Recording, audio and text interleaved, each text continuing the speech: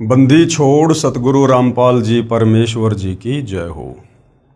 परमपिता परमात्मा सारी सृष्टि के रचनहार कुल मालिक असंख्य ब्रह्मांडों के स्वामी जगत गुरु तीनों लोकों में प्रवेश करके सबका धारण पोषण करने वाले राजाधीराज आत्माधार नाथों के नाथ देवों के देव महादेव सर्वेश्वर महेश्वर मृत्युंजय अजरो अमर आदि अनादि सनातनी प्रभु जगत पिता जगदीश्वर श्री श्री 1008 की उपाधि के वास्तविक अधिकारी अकाल मूर्त शब्द स्वरूपी राम वासुदेव सर्वगतम ब्रह्म परम पूज्य प्रथम पूज्य परम संत परम पुरुष परम धनी परम दयालु सत्य कबीर हक्का कबीर अल्लाहु कबीर अल्लाहु अकबर बाखबर अल्लाह ताला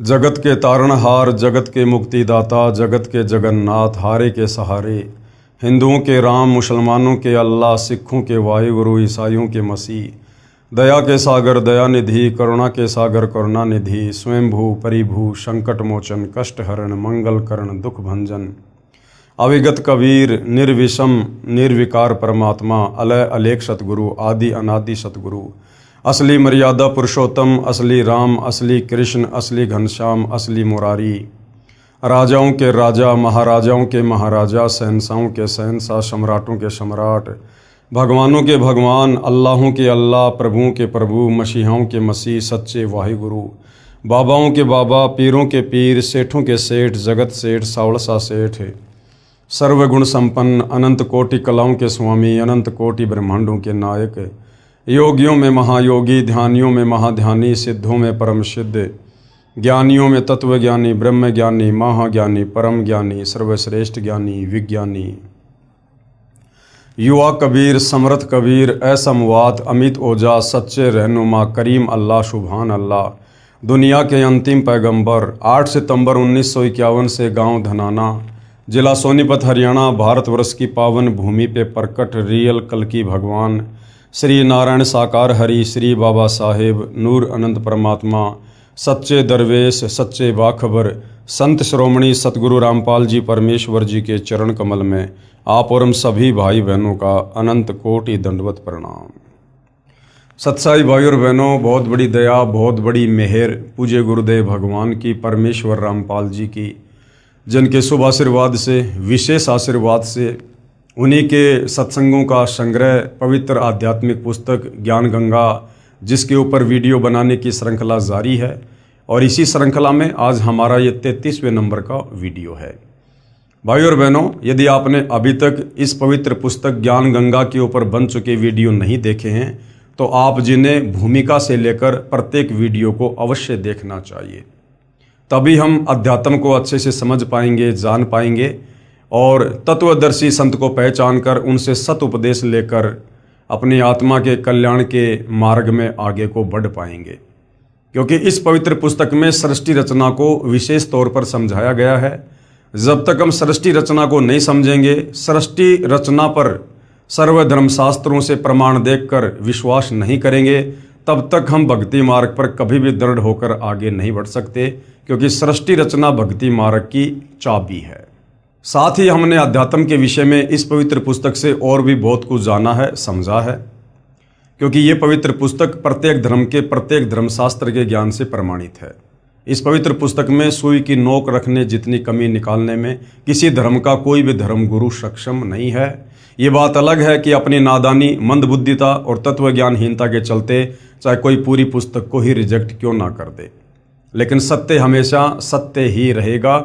और सत्य यही है कि सतगुरु रामपाल जी के द्वारा जो पवित्र पुस्तक ज्ञान गंगा है, जो रची गई है लिखी गई है, इस पवित्र पुस्तक में सत आध्यात्मिक ज्ञान है। इस पुस्तक के अलावा आपको इस पृथ्वी पर कहीं भी शास्त्र अनुकूल साधना का ज्ञान या मार्ग नहीं मिलेगा।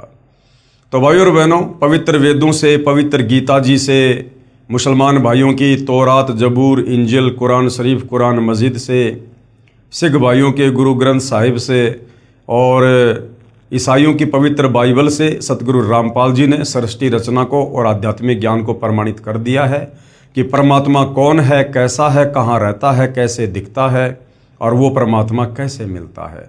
उसके बाद भाई और बहनों, परमात्मा चाहने वाली आत्मा के हृदय में किसी प्रकार का कोई भी संशय भक्ति मार्ग को लेकर नहीं रह जाएगा यदि निष्पक्ष होकर धैर्य के साथ इस पवित्र पुस्तक ज्ञान गंगा को पढ़ लिया जाए या इस पर बन चुके तमाम वीडियो देख लिए जाएं।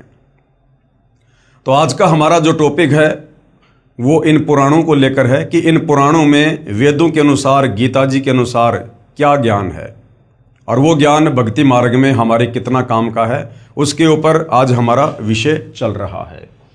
तो पवित्र पुस्तक ज्ञान गंगा आप जियों के सामने है और आज हमारा जो टॉपिक है पवित्र पुस्तक ज्ञान गंगा के पेज नंबर 260 को लेकर है, पवित्र पुस्तक ज्ञान गंगा। और आज का जो विषय है वो है श्री ब्रह्मा जी तथा श्री विष्णु जी का युद्ध, जिनको हम परम शक्ति मानकर पूज रहे थे तत्व ज्ञान के अभाव में। श्री ब्रह्मा, श्री विष्णु, श्री शंकर जी को, इनसे ऊपर हम किसी को ना मानते थे ना हम जानते थे। जैसा हमारे नादान तत्व ज्ञानहीन धर्म गुरुओं ने हमें अध्यात्म का पाठ पढ़ाया था आधा अधूरा, उस आधार से हमने इन तीनों देवताओं को अजरो, अविनाशी, मृत्युंजय, कालंजय, सर्वेश्वर सब कुछ मान रखा था। अब इन्हीं पवित्र पुराणों से और इन्हीं तीनों देवताओं की जन्म हिस्ट्री से हमें पता चला कि ये तो नाशवान है। इन तीनों देवताओं का जन्म और मृत्यु होता है।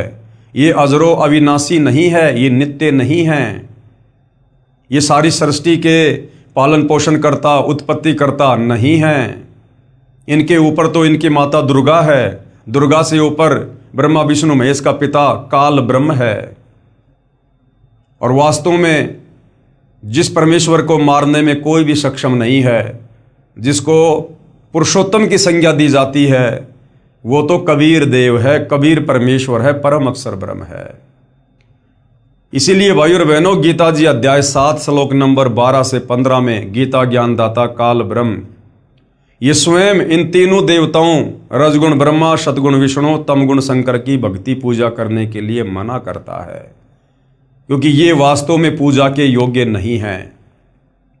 टॉपिक से आपको लग रहा होगा कि श्री ब्रह्मा जी और श्री विष्णु जी में युद्ध, अगर भगवान ही आपस में लड़ेंगे, झगड़ेंगे, मरेंगे, कटेंगे, तो उनके उपासकों की क्या हालत होगी।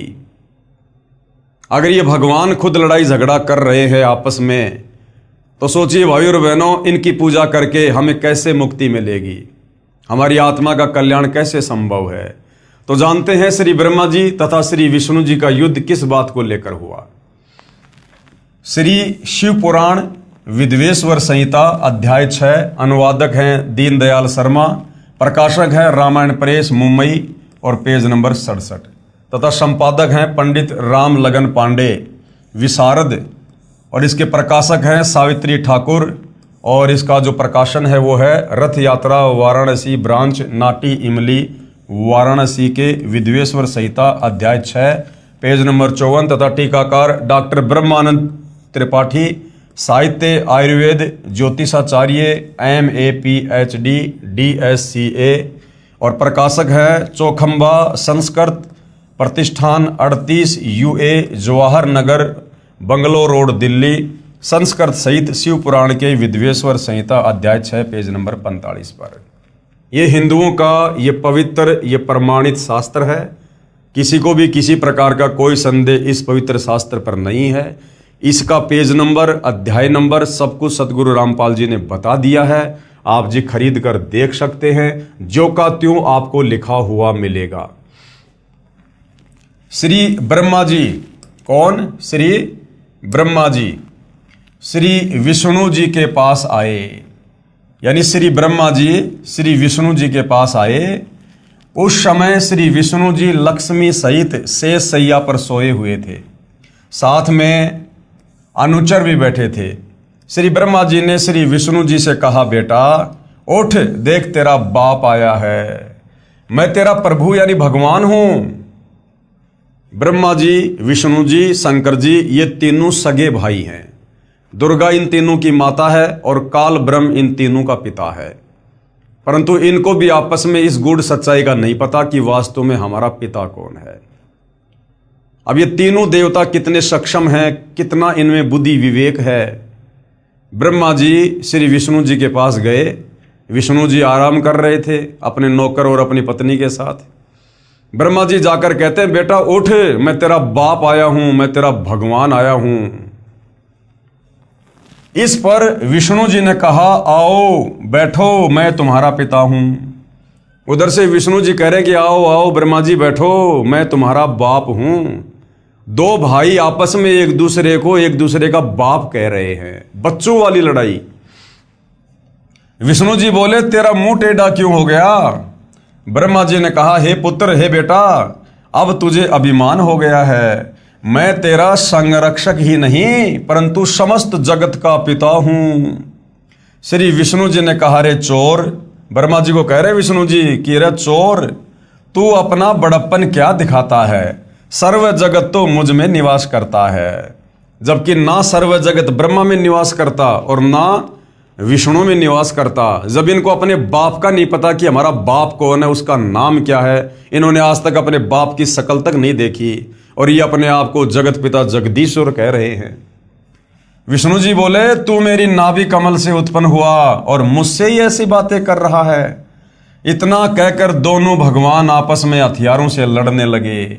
एक दूसरे के वक्ष स्थल पर आघात किए, छाती पर मुक्के मारे।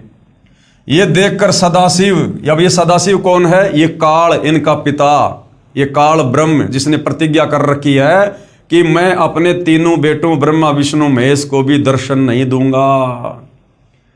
इनका लड़ाई झगड़ा देखकर इनका पिता ये सदाशिव, ये काल रूपी ब्रह्म, इसने देखा ये क्या कर रहे हैं आपस में। अरे ये अगर लड़ेंगे झगड़ेंगे तो सृष्टि कैसे चलेगी? एक ब्रह्मांड की, तीन लोक की। मेरे भोजन का क्या होगा? जीवों की उत्पत्ति कैसे होगी? पालन पोषण कैसे होगा? संहार कैसे होगा? तो इनका पिता काल भगवान तुरंत वहां पर सदाशिव का रूप बनाकर आ गया, अपने तीसरे पुत्र शिव जी का रूप बनाकर आ गया। ये देखकर सदाशिव काल रूपी ब्रह्म ने एक तेजो में लिंग उन दोनों के बीच में खड़ा कर दिया। ब्रह्मा विष्णु लड़ रहे हैं और इनके पिता सदाशिव ने, काल रूपी ब्रह्म ने, एक तेजो में पिल्लर खंबा उन दोनों के बीच में खड़ा कर दिया उनका युद्ध रुकवाने के लिए। तब उनका युद्ध समाप्त हुआ। यह उपरोक्त विवरण गीता प्रेस गोरखपुर वाली शिव पुराण से निकाल रखा है, परंतु मूल संस्कृत सहित जो ऊपर लिखी है तथा अन्य दो संपादकों तथा प्रकाशकों वाली शिव पुराण में सही है। विचार करें, श्री शिव पुराण, श्री विष्णु पुराण तथा श्री ब्रह्मा पुराण तथा श्री देवी महापुराण में तीनों प्रभु, ये ब्रह्मा विष्णु महेश तथा सदाशिव काल रूपी ब्रह्म तथा देवी, जिसको शिवा या फिर प्रकृति भी कहते हैं दुर्गा को, की जीवन लीलाएं हैं। इन्हीं के आधार से सभी ऋषिजन व गुरुजन ज्ञान सुनाया करते थे। यदि कोई पवित्र पुराणों से भिन्न ज्ञान कहता है वह पाठ्यक्रम के विरुद्ध ज्ञान होने से व्यर्थ है। उपरोक्त युद्ध का विवरण पवित्र शिव पुराण से है, जिसमें दोनों प्रभु, कौन? श्री ब्रह्मा श्री विष्णु 5 वर्ष के बच्चों की तरह झगड़ा कर रहे हैं। वे कहा करते हैं कि तू मेरा बेटा, दूसरा कहा करता है तू मेरा बेटा, मैं तेरा बाप। जैसे दो छोटे छोटे बच्चे आपस में लड़ते हैं ना कि मैं तेरा बाप, मैं तेरा बाप। उसी हिसाब से ये हमारे भगवान, जिनको हम अजरो अमर अविनाशी जगत पिता जगदीश्वर सत्यनारायण मानकर पूजा करते थे, तत्व ज्ञान के अभाव में ये बच्चों की तरह लड़ाई कर रहे थे। दोनों आपस में सगे भाई होने के बावजूद भी एक दूसरे को मैं तेरा बाप, मैं तेरा बाप, तू मेरा बेटा, तू मेरा बेटा। तो गुरुदेव कहते हैं जिस प्रकार 2-5 वर्ष के बच्चे आपस में कभी किसी बात को लेकर झगड़ा करते हैं ना, और वे कहा करते हैं कि तू मेरा बेटा, दूसरा कहा करता है तू मेरा बेटा, मैं तेरा बाप, फिर एक दूसरे का गिरेबान पकड़कर मुक्कों व लातों से झगड़ा करते हैं। यही चरित्र इन त्रिलोकनाथों का है। यही चरित्र ये त्रिलोकनाथ ब्रह्मा विष्णु महेश इनका है। इसीलिए ये काल ब्रह्म अपने तीनों पुत्रों की गीता अध्याय 7 श्लोक नंबर 12 से 15 में पूजा करने के लिए मना कर रहा है कि ये पूजा के लायक नहीं है। जिनकी बुद्धि इस त्रिगुणी माया तक ही सीमित रह गई। त्रिगुणी माया मतलब तीनों देवता एक एक गुण से युक्त हैं, रजगुण ब्रह्मा, सतगुण विष्णु, तमगुण शंकर। तो काल कह रहा है कि जिनकी बुद्धि इस त्रिगुणी माया तक ही सीमित होकर रह गई है, इससे ऊपर ये किसी को पूजना ही नहीं चाहते। कहते हैं वो तो कौन है, राक्षस स्वभाव को धारण किए हुए मनुष्यों में नीच दूषित कर्म करने वाले मूर्ख मुझ काल ब्रह्म की ओम नाम की साधना भी वेदों अनुसार नहीं करते, और इन नाशवान भगवानों की, ब्रह्मा विष्णु महेश की पूजा तक लगे हुए हैं।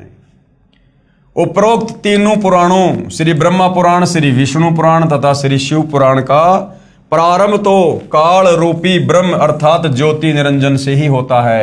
इन तीनों पुराणों की शुरुआत इस ज्योति निरंजन काल ब्रह्म से होती है, जो ब्रह्मलोक में महाब्रह्मा, महाविष्णु तथा महाशिव रूप धारण करके रहता है तथा अपनी लीला भी उपरोक्त रूप में करता है। अपने वास्तविक काल रूप को छुपा कर रखता है, क्योंकि इसने सौगंध खा रखी है, इसको श्राप लगा हुआ है कबीर परमात्मा की तरफ से।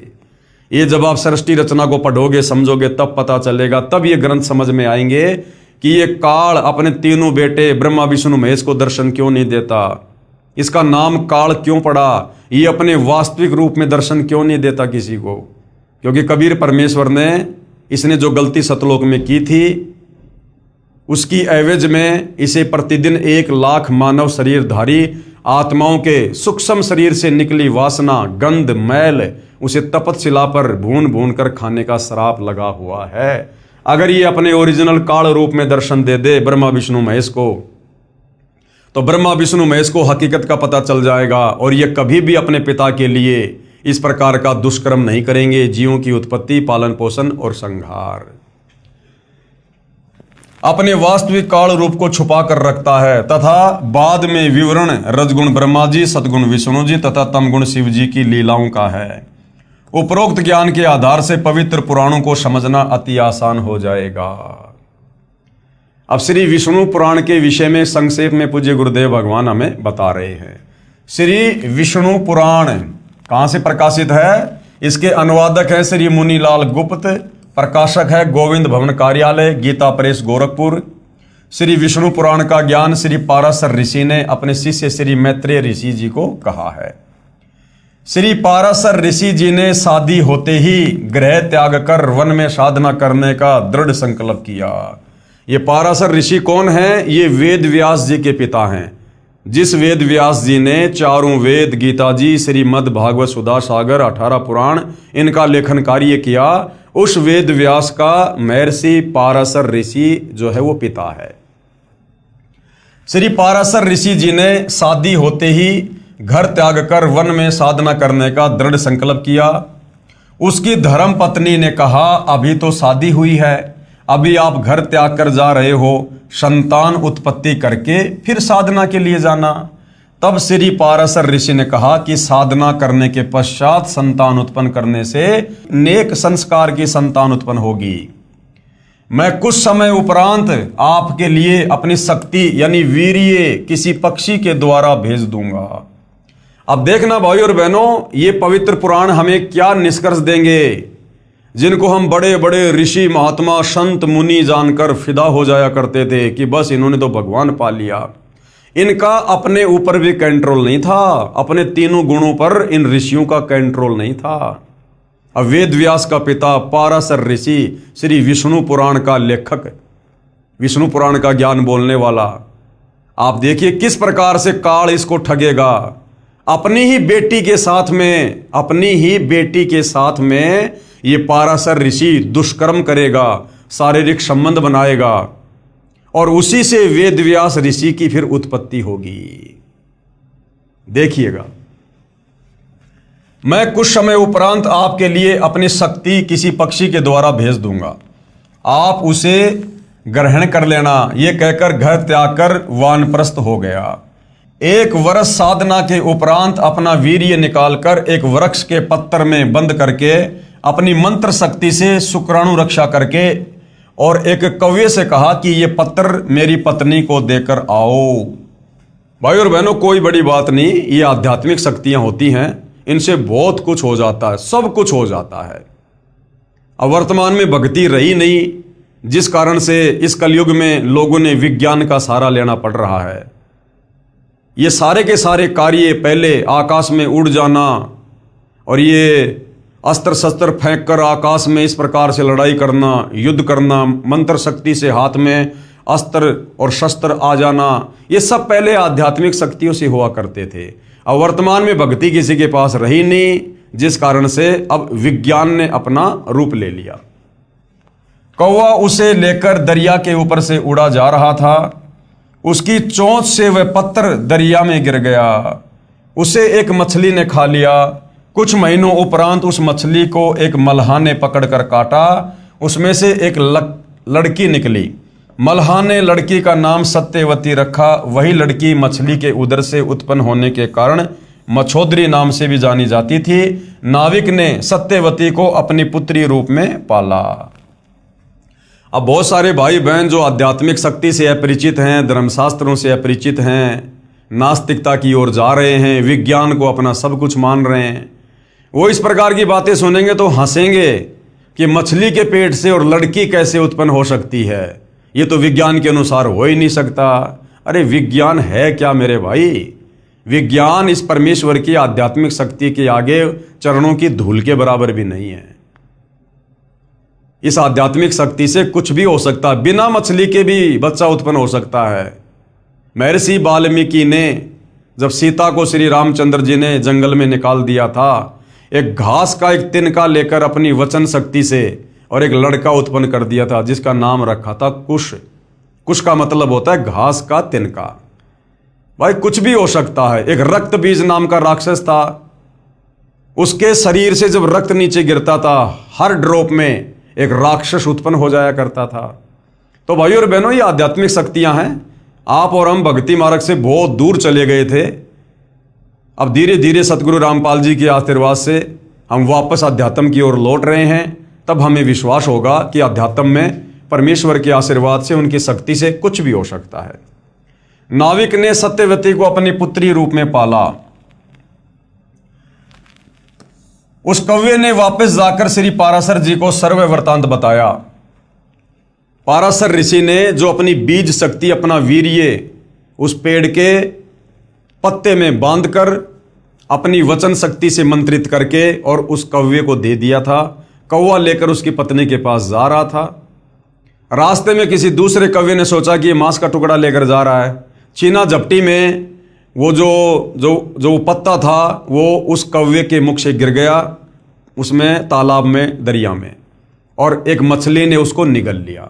अब भाइयों और बहनों, वो मंत्रित शक्ति थी। समय आने पर उससे संतान उत्पन्न होनी ही होनी थी।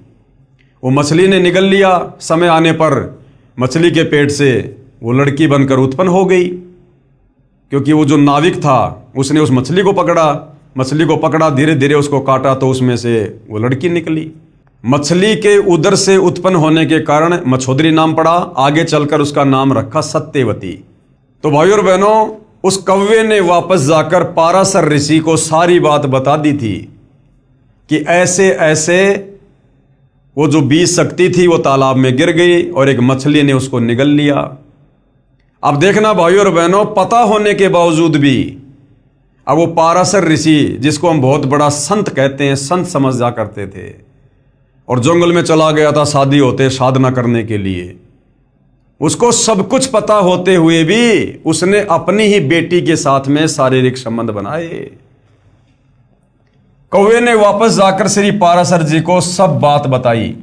जब साधना समाप्त करके श्री पाराशर जी 16 वर्ष उपरांत वापस आ रहे थे, दरिया पार करने के लिए मल्हा को पुकार कर कहा कि मुझे शीघ्र दरिया से पार कर, मेरी पत्नी मेरी प्रतीक्षा कर रही है।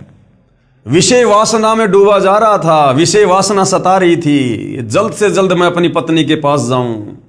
विषय वासना से ग्रस्त था।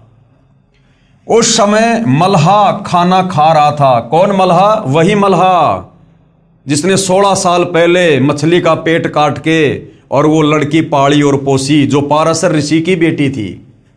उस समय मल्हा खाना खा रहा था तथा श्री पाराशर ऋषि के बीज से, मछली से उत्पन्न 14 वर्षीय युवा कन्या अपने पिता का खाना लेकर वहीं पर उपस्थित थी। मल्लाह को ज्ञान था कि साधना तपस्या करके आने वाला ऋषि सिद्धि युक्त होता है, आज्ञा का शीघ्र पालन ना करने के कारण श्राप दे देता है। मल्लाह ने कहा, ऋषिवर मैं खाना खा रहा हूं, अधूरा खाना छोड़ना अन्नदेव का अपमान होता है, मुझे पाप लगेगा। परंतु श्री पाराशर जी ने एक नहीं सुनी।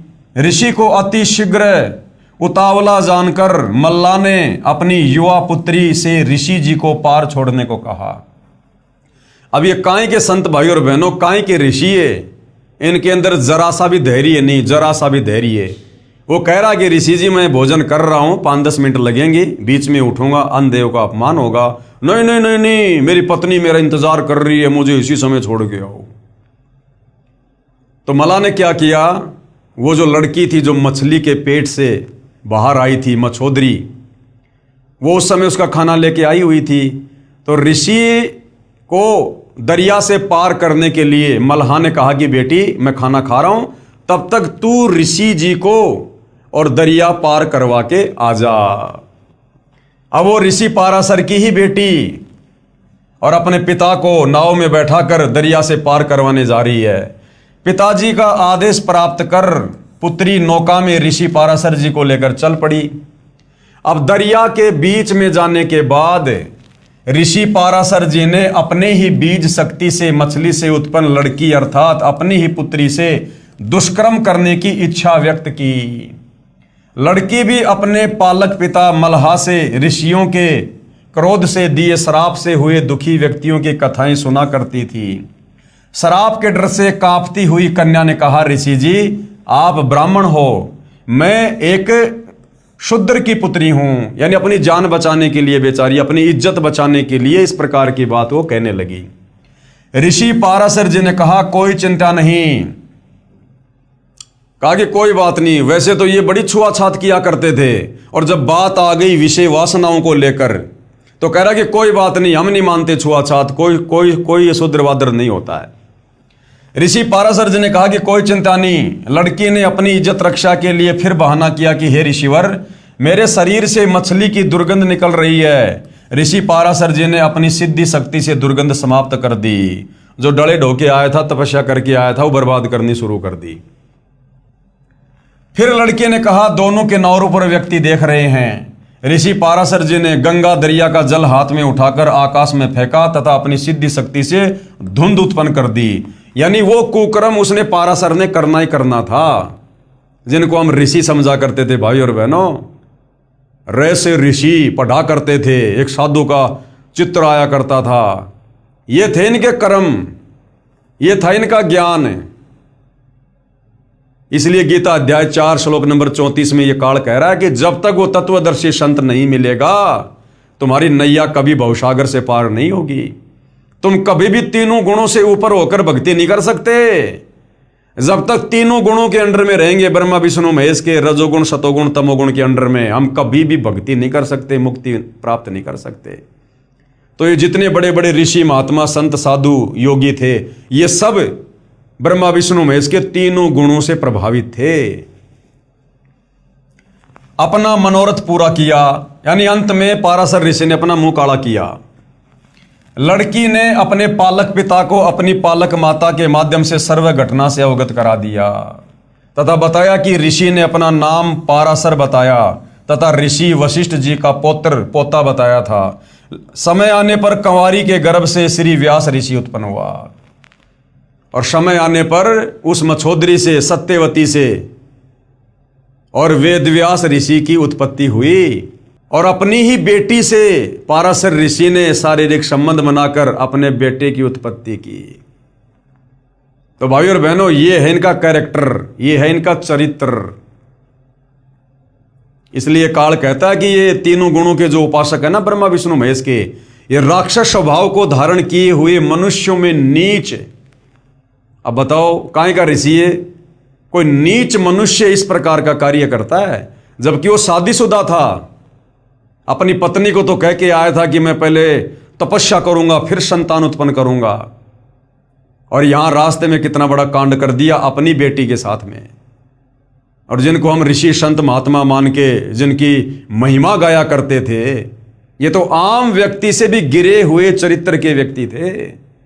तो अब सतगुरु रामपाल जी ने आकर भाई और बहनों इन पुराणों के माध्यम से, शास्त्रों के माध्यम से इन कथाओं से ये पर्दा उठाया है, हकीकत से पर्दा उठाया, जो आज से पहले हमारे नादान धर्म गुरुओं ने अपने धार्मिक धंधे के लिए इन कथाओं को सार्वजनिक ना करके छुपा रखा था।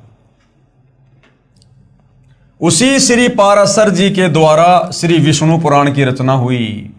अब बताओ, ऐसे पाराशर ऋषि के द्वारा जिसने अपनी बेटी के साथ में शारीरिक संबंध बना के और संतान उत्पन्न की, अब ऐसे पाराशर ऋषि के द्वारा लिखा गया विष्णु पुराण, और इसको पढ़ने से पढ़ने वाले को कहां सद्बुद्धि आएगी? जब लिखने वाले को सद्बुद्धि नहीं है तो उसके द्वारा लिखित शास्त्र को पढ़ने से पढ़ने वाले को कैसे सद्बुद्धि आएगी?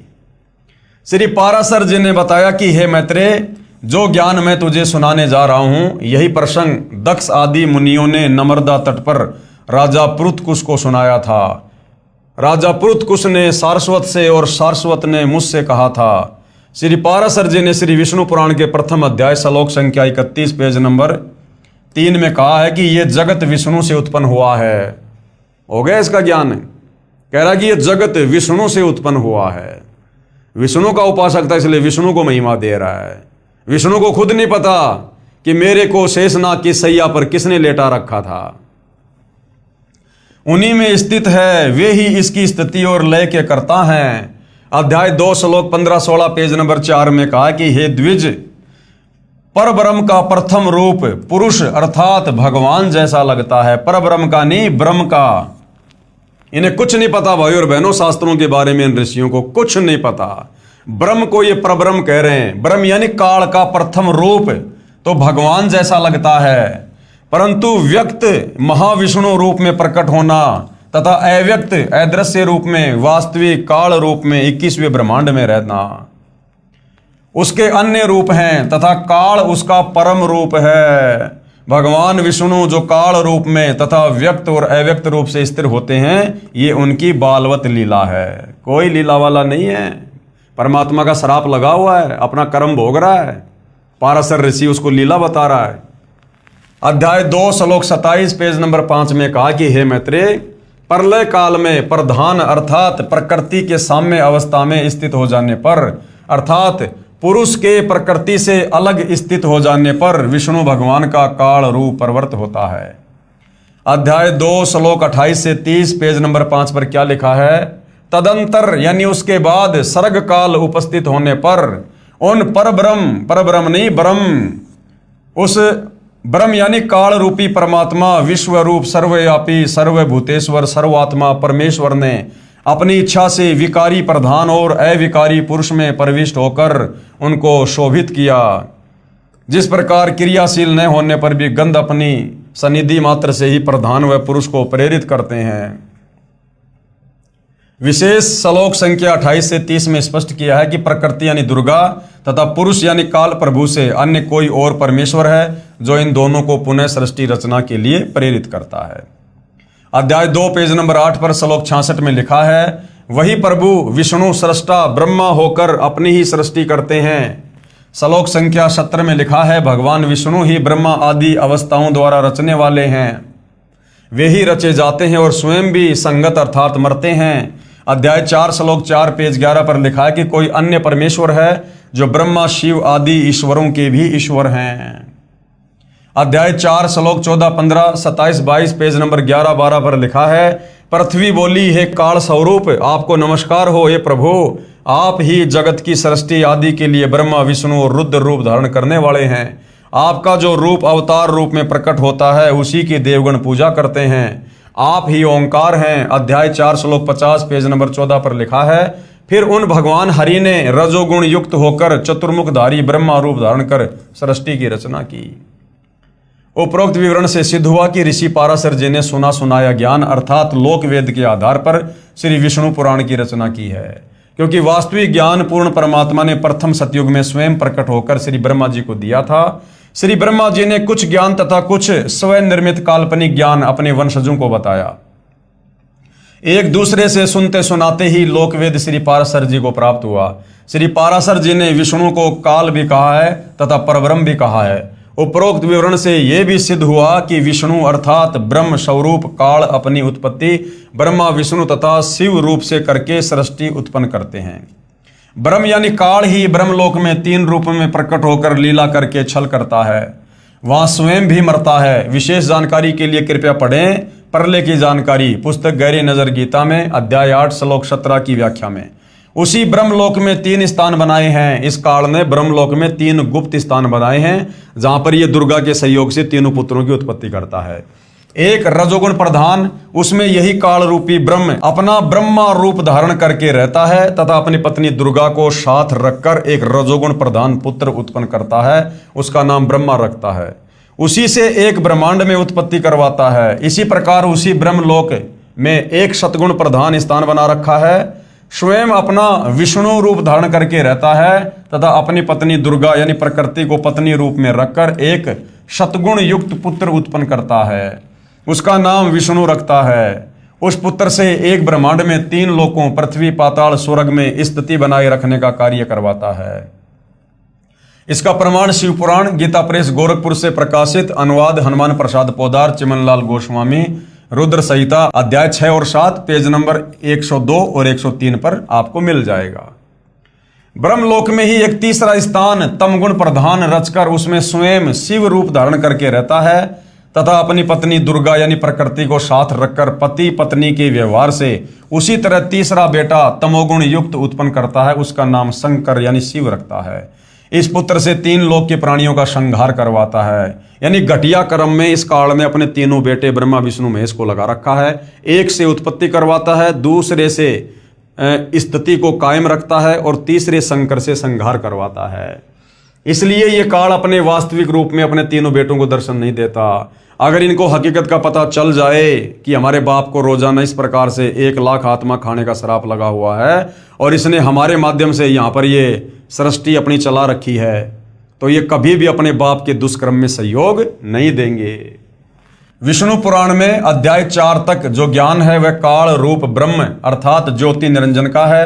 अध्याय 5 से आगे का मिला जुला ज्ञान काल के पुत्र सद्गुण विष्णु की लीलाओं का है तथा उसी के अवतार श्री राम श्री कृष्ण आदि का ज्ञान है। विचार करने की बात है कि श्री विष्णु पुराण का वक्ता श्री पाराशर ऋषि है और यही ज्ञान दक्ष आदि ऋषियों से पुरुकुत्स ने सुना, पुरुकुत्स से सारस्वत ने सुना तथा सारस्वत से श्री पाराशर ऋषि ने सुना। वह ज्ञान श्री विष्णु पुराण में लिपिबद्ध किया गया जो आज अपने कर कमलों में है।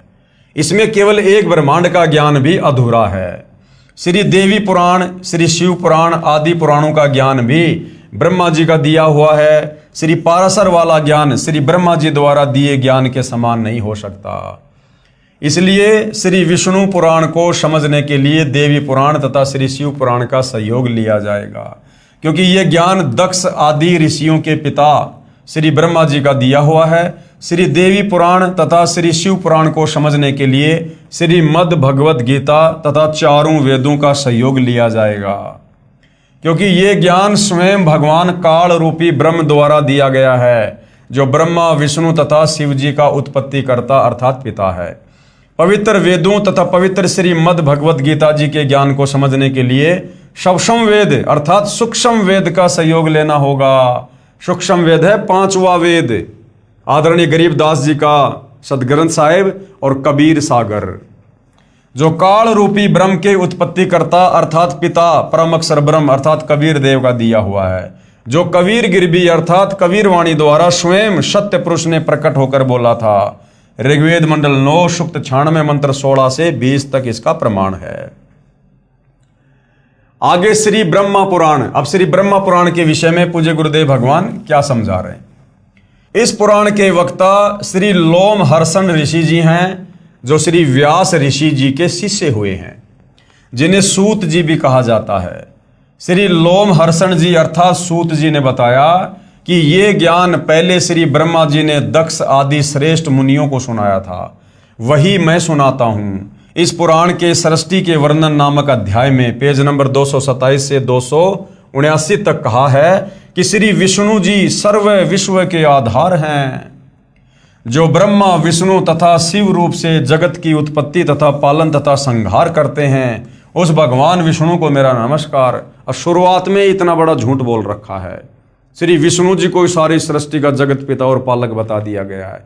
क्योंकि भाई और बहनों, इनको सृष्टि रचना का ज्ञान नहीं था, इनको तत्वदर्शी संत प्राप्त नहीं था।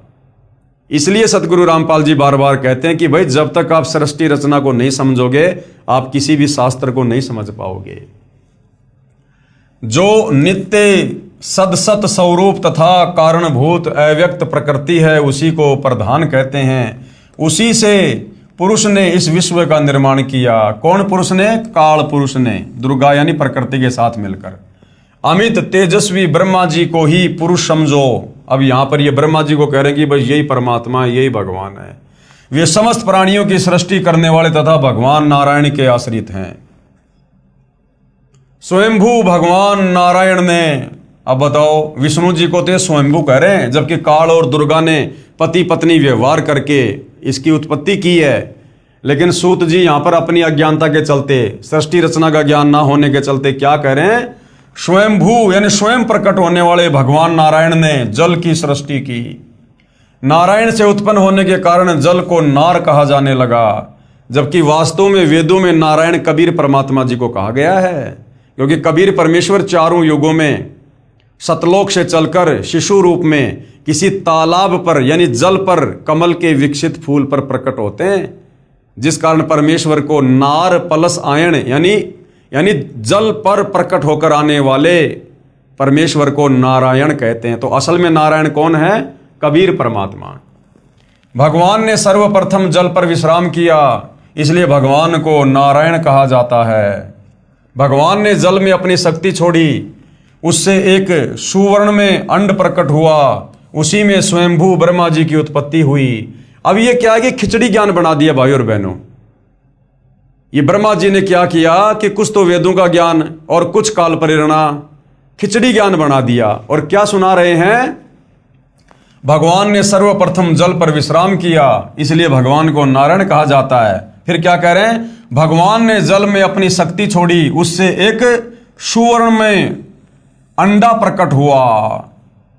अब असल में सृष्टि रचना गुरुदेव ने बताया कि परमात्मा ने अक्षर पुरुष को निंद्रा से जगाने के लिए उस मानसरोवर से जल अपने हाथ में लिया, अपनी वचन शक्ति से अंडा बनाया, उसमें एक आत्मा प्रवेश की और उस मानसरोवर में छोड़ी। और जब छोड़ा तो उस अक्षर पुरुष ने गुस्से से अंडे की तरफ देखा तो अंडा दो भाग हो गया, उसमें से ये ज्योति निरंजन निकला, ये ब्रह्म, ये काल। अब ब्रह्मा यहां पर खिचड़ी करके और बता रहा है। भगवान ने जल में अपनी शक्ति छोड़ी, उससे एक सुवर्ण में अंड प्रकट हुआ, उसी में स्वयंभू ब्रह्मा जी की उत्पत्ति हुई। ऐसा सुना जाता है, ऐसा सुना जाता है, कन्फर्म नहीं है, ऐसा सुना जाता है। 1 वर्ष तक अंडे में निवास करके श्री ब्रह्मा जी ने उसके 2 टुकड़े कर दिए, एक से धूलोक बन गया और दूसरे से भूलोक बन गया। ये है इनकी सृष्टि रचना देवताओं की, ये हमारे देवताओं की और ऋषि मुनियों की सृष्टि रचना है। देख लो भाई और बहनों। तत्पश्चात ब्रह्मा जी ने अपने रोष से रुद्र को प्रकट किया। उपरोक्त ज्ञान ऋषि लोमहर्षण यानी सूत जी का कहा हुआ है, जो सुना सुनाया लोक वेद है, जो पूर्ण नहीं है। क्योंकि वक्ता कह रहा कि ऐसा सुना जाता है, इसलिए पूर्ण जानकारी के लिए श्री देवी महापुराण, श्री शिव महापुराण, श्री मद् भगवत गीता तथा चारों वेद और पूर्ण परमात्मा द्वारा तत्व ज्ञान जो शवशम वेद अर्थात कबीर वाणी कहा जाता है, उसके लिए पढ़िए गहरी नजर गीता में परमेश्वर का सार संदेश, परिभाषा प्रभु की तथा पुस्तक यथार्थ ज्ञान प्रकाश में। वास्तविक ज्ञान को स्वयं कलयुग में प्रकट होकर कबीर परमेश्वर जी ने अपने खास सेवक श्री धर्मदास साहिब जी बांधवगढ़ वाले को पुनः ठीक ठीक बताया। यानी ये सृष्टि रचना का ज्ञान जो ये देवी देवता आधा अधूरा ये खिचड़ी करके जगत को दे रहे थे सतयुग से 650 साल पहले कबीर परमेश्वर जी ने बनारस के काशी में प्रकट होकर 120 वर्ष तक परमेश्वर ने लीला की, अपने तत्व ज्ञान का प्रचार किया और अपने खास सेवक श्री धर्मदास जी को पूरा ज्ञान ठीक ठीक बताया और कबीर सागर नामक ग्रंथ में लिपिबद्ध करवाया। श्री पाराशर जी ने काल ब्रह्म को परब्रह्म भी कहा है तथा ब्रह्म भी तथा विष्णु भी कहा है तथा इसी को अनादि अर्थात अमर भी कहा है। इस ब्रह्म अर्थात काल का जन्म मृत्यु नहीं होती, इसी से ऋषि की बाल बुद्धि सिद्ध होती है। यानी पाराशर ऋषि को कुछ ज्ञान नहीं है, ना ब्रह्म के बारे में, ना परब्रह्म के बारे में, ना पूर्ण ब्रह्म के बारे में, ना सृष्टि रचना के बारे में। विचार करें, विष्णु पुराण का ज्ञान एक ऋषि द्वारा कहा है, जिसने लोकवेद यानी सुने सुनाए ज्ञान अर्थात दंत कथा के आधार से कहा है, तथा ब्रह्मा पुराण का ज्ञान श्री लोमहर्षण ऋषि ने दक्ष आदि ऋषियों से सुना था, वह लिखा है। इसलिए उपरोक्त दोनों विष्णु पुराण तथा ब्रह्मा पुराण को समझने के लिए श्री देवी पुराण तथा श्री शिव पुराण का सहयोग लिया जाएगा। यानी भाइयों और बहनों, यह आध्यात्मिक ज्ञान किस कदर उलझा हुआ है। मालिक की वाणी है ना, 9 मन सूत उलझिया ऋषि रहे झकमार। ये ऋषि झक मार मार के रह गए, ये सृष्टि रचना भी नहीं समझ पाए, ये ब्रह्मा विष्णु महेश की उत्पत्ति को भी ढंग से नहीं बता पाए आप और हमें, जो अपने आप को प्रकांड ज्ञाता और ये तपस्वीर पता नहीं क्या क्या कहा करते थे। हम इनकी महिमा गाया करते थे बहुत बड़े ऋषि मानकर। इन्हें तो सृष्टि रचना का भी ज्ञान नहीं, ब्रह्मा विष्णु महेश के बारे में भी इनको ज्ञान नहीं। तो कितना उलझा हुआ ज्ञान था भाइयों और बहनों। ये परमेश्वर के बिना कोई सुलझा नहीं सकता। 9 मन सूत उलझिया ऋषि रहे जकमार, और सतगुरु ऐसा सुलझा दे फिर उलझे न दूजी बार। तो देखो सतगुरु रामपाल जी ने किस प्रकार से किस ग्रंथ का सहारा लेकर और किस प्रकार से किस ग्रंथ की सही सही व्याख्या करनी पड़ रही है। कौन समझा दे, कौन सुलझा दे। ये ऋषि ये केवल उलझा सकते हैं, सुलझाने का काम नहीं है। सुलझा तो वही सकता है जिसने सर्व सृष्टि को उत्पन्न किया, वास्तव में जो नारायण है। तो कबीर भगवान सतगुरु रामपाल जी ने वर्तमान में इस कलयुग में उलझे हुए शास्त्रों को सुलझाया है, जो स्वयं श्री ब्रह्मा जी ने अपने पुत्र नारद जी को सुनाया, जो श्री व्यास ऋषि के द्वारा ग्रहण हुआ तथा लिखा गया। अन्य पुराणों का ज्ञान श्री ब्रह्मा जी के ज्ञान के समान नहीं हो सकता, इसलिए अन्य पुराणों को समझने के लिए देवी पुराण तथा श्री शिव पुराण का सहयोग लिया जाएगा, क्योंकि यह ज्ञान दक्ष आदि ऋषियों के पिता श्री ब्रह्मा जी का दिया हुआ है।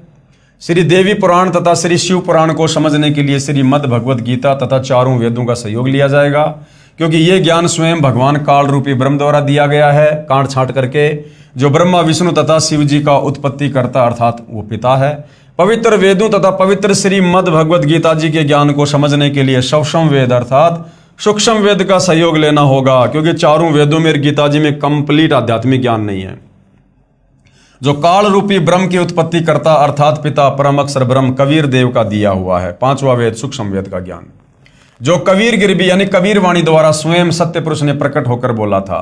ऋग्वेद मंडल 9 सूक्त 96 मंत्र 16 से 20 तक इसका प्रमाण है, तथा श्रीमद् भगवद गीता में भगवान काल अर्थात ब्रह्म ने अपनी स्थिति स्वयं बताई है, जो सत्य है। अब आगे क्या कह रहे हैं परमात्मा। गीता अध्याय 15 श्लोक 18 में कहा कि मैं काल रूपी ब्रह्म अपने 21 ब्रह्मांडों में जितने भी प्राणी हैं उनमें श्रेष्ठ हूं। वे चाहे स्थूल शरीर में नाशवान हैं, चाहे आत्मा रूप में अविनाशी। इसलिए लोकवेद यानी सुने सुनाए ज्ञान के आधार से मुझे पुरुषोत्तम मानते हैं। ये पाराशर जैसे ऋषि, वेद व्यास जैसे ऋषि, ये लोमहर्षण जैसे ऋषि, इन लोगों ने आधे अधूरे सुने सुनाए ज्ञान के आधार से इस काल को 21 ब्रह्मांड में पुरुषोत्तम सिद्ध कर रखा है, भगवान सिद्ध कर रखा है। बाकी ये काल खुद कह रहा है गीता अध्याय 15 श्लोक 18 में कि मैं पुरुषोत्तम नहीं हूं, मैं तो लोकवेद के आधार से, इन ऋषि साधु संत महात्माओं की सुनी सुनाई दंत कथाओं के आधार से, क्योंकि इन ऋषियों को सृष्टि रचना का ज्ञान नहीं था, तत्व ज्ञान नहीं था, जिस कारण से ब्रह्मा विष्णु महेश से ऊपर ये किसी को जान नहीं पाए, पहचान नहीं पाए। तो इन्होंने इस ब्रह्म को, जिसका ओम मंत्र है, इस ब्रह्म प्राप्ति के लिए इन्होंने तप की, ओम नाम की साधना की। ब्रह्म ने दर्शन दिए नहीं, उसने सौगंध खा रखी है। अंत में इन्होंने इस ब्रह्म को फाइनल कर दिया कि भाई यही पुरुषोत्तम है, यही भगवान है, बस उसका प्रकाश देखा जा सकता है, बाकी वो निराकार है। वास्तव में पुरुषोत्तम यानी पुरुषों में उत्तम, भगवानों में सर्वश्रेष्ठ भगवान तो मुझ क्षर पुरुष अर्थात काल से तथा अक्षर पुरुष यानी परब्रह्म से भी अन्य है। गीता अध्याय 15 श्लोक 17 उत्तम पुरुष तु अन्य परमात्मा इति उदाहरते ये लोक तरम अवश्य विभर्ति अवय ईश्वर है। वही वास्तव में परमात्मा अर्थात भगवान कहा जाता है। कौन? कबीर देव। तीनों लोकों में प्रवेश करके सर्व का धारण पोषण करता है। ये लोक त्रियम अवश्य विभर्ति अवय ईश्वर है। वही वास्तव में अविनाशी परमेश्वर है। गीता अध्याय 15 श्लोक 16-17 गीता ज्ञानदाता ब्रह्म यानी काल स्वयं कह रहा है, हे अर्जुन तेरे तथा मेरे बहुत जन्म हो चुके हैं। काल खुद जन्म और मृत्यु में है, तू नहीं जानता, मैं जानता हूं। श्रीमद् भगवद गीता अध्याय 4 श्लोक 5 अध्याय 2 श्लोक 12 में प्रमाण है तथा अध्याय 7 श्लोक 18 में ये काल अपनी साधना को भी घटिया अनुतमाम बता रहा है कि ओम नाम की साधना से भी मुक्ति नहीं है। अध्याय 7 श्लोक 18 में अपनी साधना को भी अनुतमाम अति अश्रेष्ठ कहा है। इसलिए अध्याय 18 श्लोक 62 में कहा कि हे अर्जुन, सर्व भाव से सारी भक्ति छोड़कर मेरी काल की, ब्रह्मा विष्णु महेश की उस परमेश्वर की शरण में जा, यानी उस परमेश्वर की पूजा कर, उसकी भक्ति कर, जिसकी कृपा से ही तू परम शांति को प्राप्त होगा तथा कभी न नष्ट होने वाले लोक अर्थात सतलोक को प्राप्त होगा। फिर अध्याय 15 श्लोक 4 में कहा है कि जब तुझे तत्वदर्शी संत प्राप्त हो जाए, जो गीता अध्याय 4 श्लोक 34 में तथा अध्याय 15 श्लोक 1 में वर्णित है, उसके बाद उस परम पद परमेश्वर की खोज करनी चाहिए, अर्थात डटकर सतलोक जाने की भक्ति करनी चाहिए, जिसमें गए साधक यानी सतलोक में गए भगत फिर लौटकर संसार यानी काल के किस ब्रह्मांड में नहीं आते, अर्थात पूर्ण मोक्ष प्राप्त करते हैं।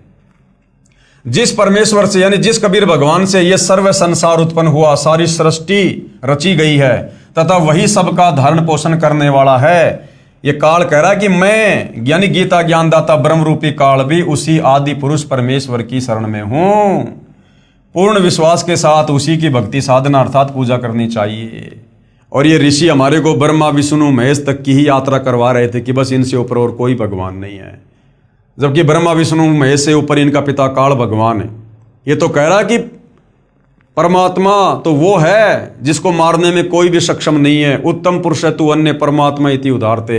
वो तो पर ब्रह्म से भी अगला भगवान है, वो पर ब्रह्म से भी अगला दूसरा अव्यक्त, वो है वास्तव में पुरुषोत्तम। श्री देवी पुराण से ज्ञान ग्रहण करें। श्री देवी महापुराण के आंशिक लेख तथा सार विचार, संक्षिप्त श्रीमद देवी भागवत, सचित्र मोटा टाइप, केवल हिंदी, संपादक हनुमान प्रसाद पोदार, चिमन लाल गोस्वामी, प्रकाशक हैं गोविंद भवन कार्यालय, गीता प्रेस गोरखपुर। श्री जगदम्बिकाय नमः। श्री देवी मद भागवत, तीसरा स्कंद। राजा परीक्षित ने श्री व्यास से ब्रह्मांड की रचना के विषय में पूछा।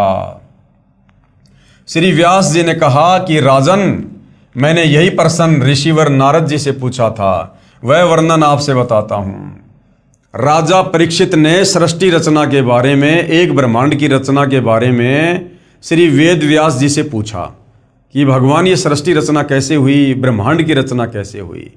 तो वेद व्यास कह रहा कि राजन मुझे भी नहीं पता, मैंने एक बार श्री नारद जी से पूछा था इसी विषय में कि ये सृष्टि की रचना कैसे हुई, जगत को किसने रचा। तो नारद जी ने कहा कि मुझे भी नहीं पता था, मैंने अपने पिता श्री ब्रह्मा जी से पूछा। और ब्रह्मा जी आगे फिर क्या कहेगा कि भगवान विष्णु ही है पूरी सृष्टि को रचने वाला, ये है इनकी सृष्टि रचना। राजा परीक्षित ने श्री वेदव्यास जी से ब्रह्मांड की रचना के विषय में पूछा। श्री वेदव्यास जी ने कहा कि राजन, मैंने यही प्रश्न ऋषिवर नारद जी से पूछा था, वह वर्णन आपसे बताता हूं। मैंने यानी श्री व्यास जी ने श्री नारद जी से पूछा, एक ब्रह्मांड के रचयिता कौन है? कोई तो श्री शंकर भगवान को इसका रचयिता मानते हैं, कुछ श्री विष्णु जी को तथा कुछ श्री ब्रह्मा जी को, तथा बहुत से आचार्य भवानी यानी दुर्गा को सर्व मनोरथ पूर्ण करने वाली बताते हैं। वे आदि माया महाशक्ति हैं तथा परम पुरुष के साथ रहकर कार्य संपादन करने वाली प्रकृति हैं, यानी काल के साथ मिलकर पति पत्नी व्यवहार करके सबकी जो है उत्पत्ति ये करते हैं। ब्रह्म के साथ यानी काल के साथ उनका अभेद संबंध है। किसका? इस प्रकृति यानी दुर्गा का, क्योंकि ये दोनों पति पत्नी हैं। पेज नंबर 114 पर लिखा हुआ है। फिर नारद जी ने क्या कहा? नारद जी ने कहा, व्यास जी, प्राचीन समय की बात है, यही संदेह मेरे हृदय में भी उत्पन्न हो गया था। नारद जी कह रहे हैं कि यही संदेह एक बार मेरे मन में भी आ गया कि सृष्टि को किसने रचा है, इस ब्रह्मांड का रचयिता कौन है। नारद को भी ज्ञान नहीं। नारद कह रहा कि मेरे मन में भी ये जानने की एक बार जिज्ञासा हुई। तब मैं अपने पिता अमित तेजस्वी ब्रह्मा जी के स्थान पर गया और उनसे इस समय जिस विषय में तुम मुझसे पूछ रहे हो उसी विषय में यानी सृष्टि रचना के विषय में मैंने पूछा। मैंने कहा, पिताजी, ये संपूर्ण ब्रह्मांड कहाँ से उत्पन्न हुआ? इसकी रचना आपने की है या श्री विष्णु जी ने या श्री शंकर जी ने? कृपया सत सत बताना। नारद जी कह रहे हैं, झूठ मत बोलना, सच्ची सच्ची बात बताना। ब्रह्मा जी ने कहा पेज नंबर 115 से 120 तथा 123, 125, 128, 129 पर।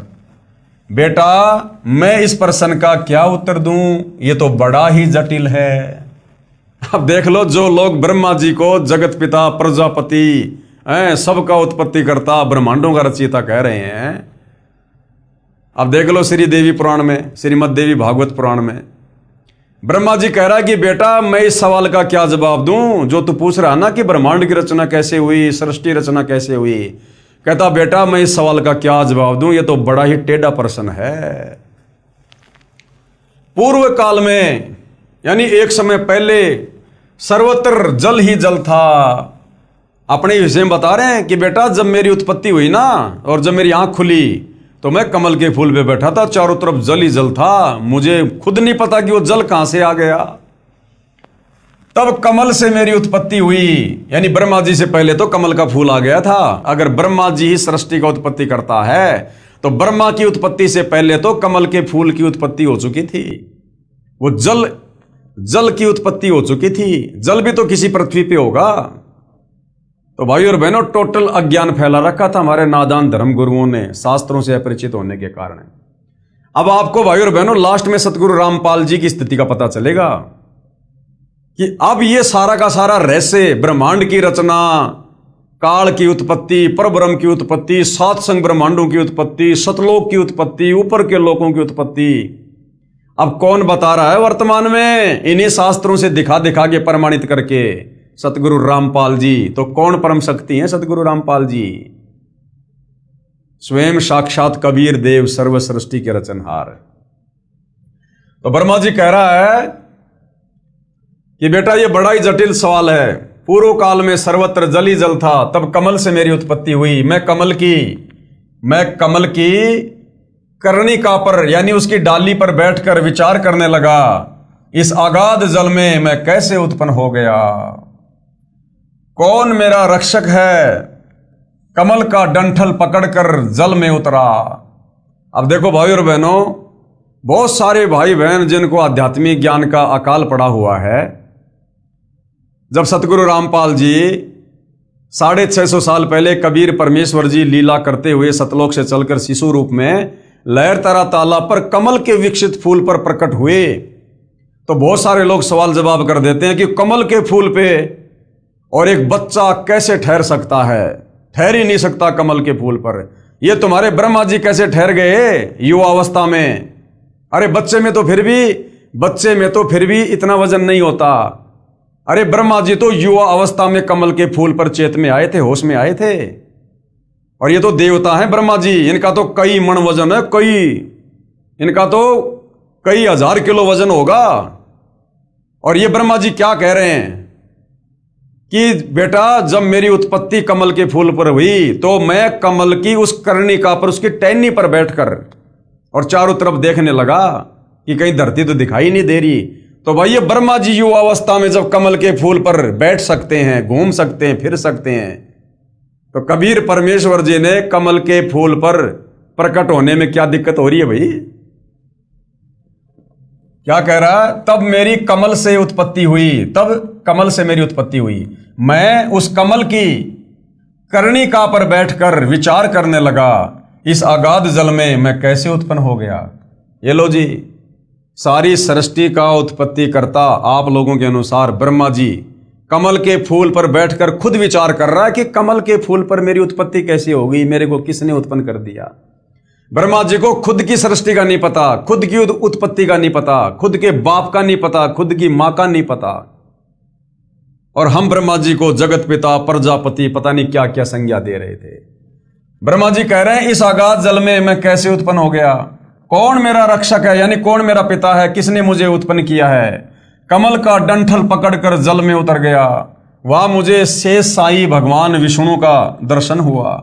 वे योग निंद्रा के वशीभूत होकर गाढ़ी नींद में सोए हुए थे। दुर्गा ने अचेत कर रखा था, उसके अंदर प्रवेश थी दुर्गा। इतने में भगवती योग निंद्रा याद आ गई, मैंने उनका शतवन किया। तब वे कल्याणमयी भगवती श्री विष्णु के विग्रह से यानी शरीर से निकलकर अचिंत्य रूप धारण करके आकाश में विराजमान हो गई। दिव्य आभूषण उनकी छवि बढ़ा रहे थे।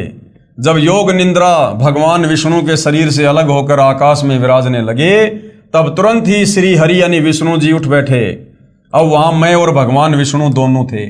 वही रुद्र भी प्रकट हो गए, यानी शंकर जी को भी दुर्गा ने वहीं पर लाके खड़ा कर दिया, तीनों भाइयों को इकट्ठा कर दिया। हम तीनों को देवी ने कहा, ब्रह्मा विष्णु और महेश, तुम भली भांति सावधान होकर अपने अपने कार्य में संलग्न हो जाओ। सृष्टि यानी ब्रह्मा क्या करेगा? सृष्टि रजोगुण के प्रभाव से जीवों की उत्पत्ति। विष्णु क्या करेगा? स्थिति, सबको मोह ममता में, पालन पोषण में। और शंकर क्या करेगा? संहार करेगा, मार मार के अपने पिता काल के पास भेजेगा रोजाना 1 लाख। ये तुम्हारे कार्य हैं। इतने में एक सुंदर विमान आकाश से उतर कर आया। तब उन देवी ने हमें आज्ञा दी, देवताओं निर्भीक होकर इच्छा पूर्वक इस विमान में प्रवेश कर जाओ। ब्रह्मा विष्णु और रुद्र, आज मैं तुम्हें एक अद्भुत दृश्य दिखलाती हूं। हम तीनों देवताओं को उस पर बैठे देखकर देवी ने अपने सामर्थ्य से विमान को आकाश में उड़ा दिया। इतने में हमारा विमान तेजी से चल पड़ा और वह दिव्य धाम ब्रह्मलोक में जा पहुंचा। वहां एक दूसरे ब्रह्मा विराजमान थे। ये काल वहां पर ब्रह्मा का रूप बनाकर विराजमान हो गया कि आगे चलकर ब्रह्मा विष्णु महेश को कहीं अहंकार ना हो जाए कि हम ही हैं बस जो भी हैं सृष्टि के रचयिता, पालन करता, उत्पत्ति करता। तो उस ब्रह्मलोक में दुर्गा ने विमान में बैठाकर इन तीनों को भेज दिया और वहां काल खुद ब्रह्मा का रूप बनाकर बैठ गया। वहां एक दूसरे ब्रह्मा विराजमान थे। उन्हें देखकर भगवान शंकर और विष्णु को बड़ा आश्चर्य हुआ। भगवान शंकर और विष्णु ने मुझसे पूछा, हे चतुरानन यानी हे ब्रह्मा जी, ये अविनाशी ब्रह्मा कौन है? मैंने उत्तर दिया, नारद को कह रहे ब्रह्मा जी कि बेटा मैंने उत्तर दिया, मुझे कुछ नहीं पता। सृष्टि के अधिष्ठाता ये कौन है भगवान? मैं कौन हूं और हमारा उद्देश्य क्या है? इस उलझन में मेरा मन चक्कर काट रहा है। ब्रह्मा जी कह रहे मेरा तो सर फटा जा रहा है, इस टेंशन में चक्कर आ रहे हैं मेरे को। तो मैं कौन हूं, ये कौन है, मुझे नहीं पता भाई। बताओ। इतने में मन के समान तेजगामी वह विमान तुरंत वहां से चल पड़ा और कैलाश के सुरमय शिखर पर जा पहुंचा। वहां विमान के पहुंचते ही एक भव्य भवन से त्रिनेत्रधारी भगवान शंकर निकले। वे नंदी वृषभ पर बैठे थे। उस विमान को फिर काल के आदेश से दुर्गा ने कैलाश पर्वत पर भेज दिया जो उसी ब्रह्मलोक में है। और वहां पर यह काल शंकर का रूप बनाकर और बैल के ऊपर बैठकर आ गया। अब शंकर जी चक्कर काटेगा। क्षण भर के बाद ही वह विमान उस शिखर से भी पवन के समान तेज चाल से उड़ा और बैकुंठ लोक में पहुंच गया, जहां भगवती लक्ष्मी का विलास भवन था। बेटा नारद, वहां मैंने जो संपत्ति देखी उसका वर्णन करना मेरे लिए असंभव है। उस उत्तम पुरी को देखकर विष्णु का मन आश्चर्य से समुद्र में गोता खाने लगा। वहां कमल लोचन श्री हरि विराजमान थे। वहां पर एक विष्णु और बैठा हुआ था। ये काल विष्णु रूप में वहां पर बैठ गया और 4 भुजाएं थी। इतने में ही पवन से बातें करता हुआ वह विमान तुरंत उड़ गया। आगे अमृत के समान मीठे जल वाला समुद्र मिला। वहीं एक मनोहर द्वीप था। उसी द्वीप में एक मंगलमय मनोहर पलंग बिछा था। उस उत्तम पलंग पर एक दिव्य रमणी बैठी थी। ये दुर्गा विराजमान हो गई वहां पर। हम आकाश में कहने लगे, ये सुंदरी कौन है और इसका क्या नाम है? हम इसके विषय में बिल्कुल अनभिज्ञ हैं। नारद, यो संदेहग्रस्त होकर हम लोग वहां रुके रहे। तीनों देवता वहां पर खड़े ऐसे देख रहे हैं कि भाई हम कहां आ गए, ये क्या लीला चल रही है। तब भगवान विष्णु ने उस चारु शानी भगवती को देखकर विवेक पूर्वक निश्चय कर लिया कि वे भगवती जगदम्बिका हैं, यानी वो दुर्गा है। विष्णु ने पहचान लिया। काल ने बुद्धि दे दी विष्णु को, ज्ञान योग खोल दिया विष्णु का। तब उन्होंने यानी विष्णु ने कहा कि ये भगवती हम सबकी आदि कारण है, यानी ये हमारी माता है। महाविद्या और महामाया इसके नाम हैं। ये पूर्ण प्रकृति है। ये विश्वेश्वरी, वेद गर्भा एवं शिवा कहलाती है। ये वे ही दिव्यांगना हैं जिनके परल्यावर्णन में मुझे दर्शन हुए थे, यानी बाल्य अवस्था में मुझे इसके दर्शन हुए थे। उस समय मैं बाल रूप में था। मुझे पालने पर ये झुला रही थी। वट वृक्ष के पत्थर पर एक सुदृढ़ सैया बिछी थी। उस पर लेटकर मैं पैर के अंगूठे को अपने कमल जैसे मुख में लेकर चूस रहा था तथा खेल रहा था। ये देवी गा गा कर मुझे झुलाती थी। वे ही ये देवी हैं, इनमें कोई संदेह की बात नहीं है। इन्हें देखकर मुझे पहले की बात याद आ गई। ये हम सबकी जननी है। क्या कह रहे हैं विष्णु जी कि ये हम सबकी जननी, यानी हम सबको पैदा करने वाली है ये दुर्गा, अर्थात ये दुर्गा इन तीनों देवताओं की मां है।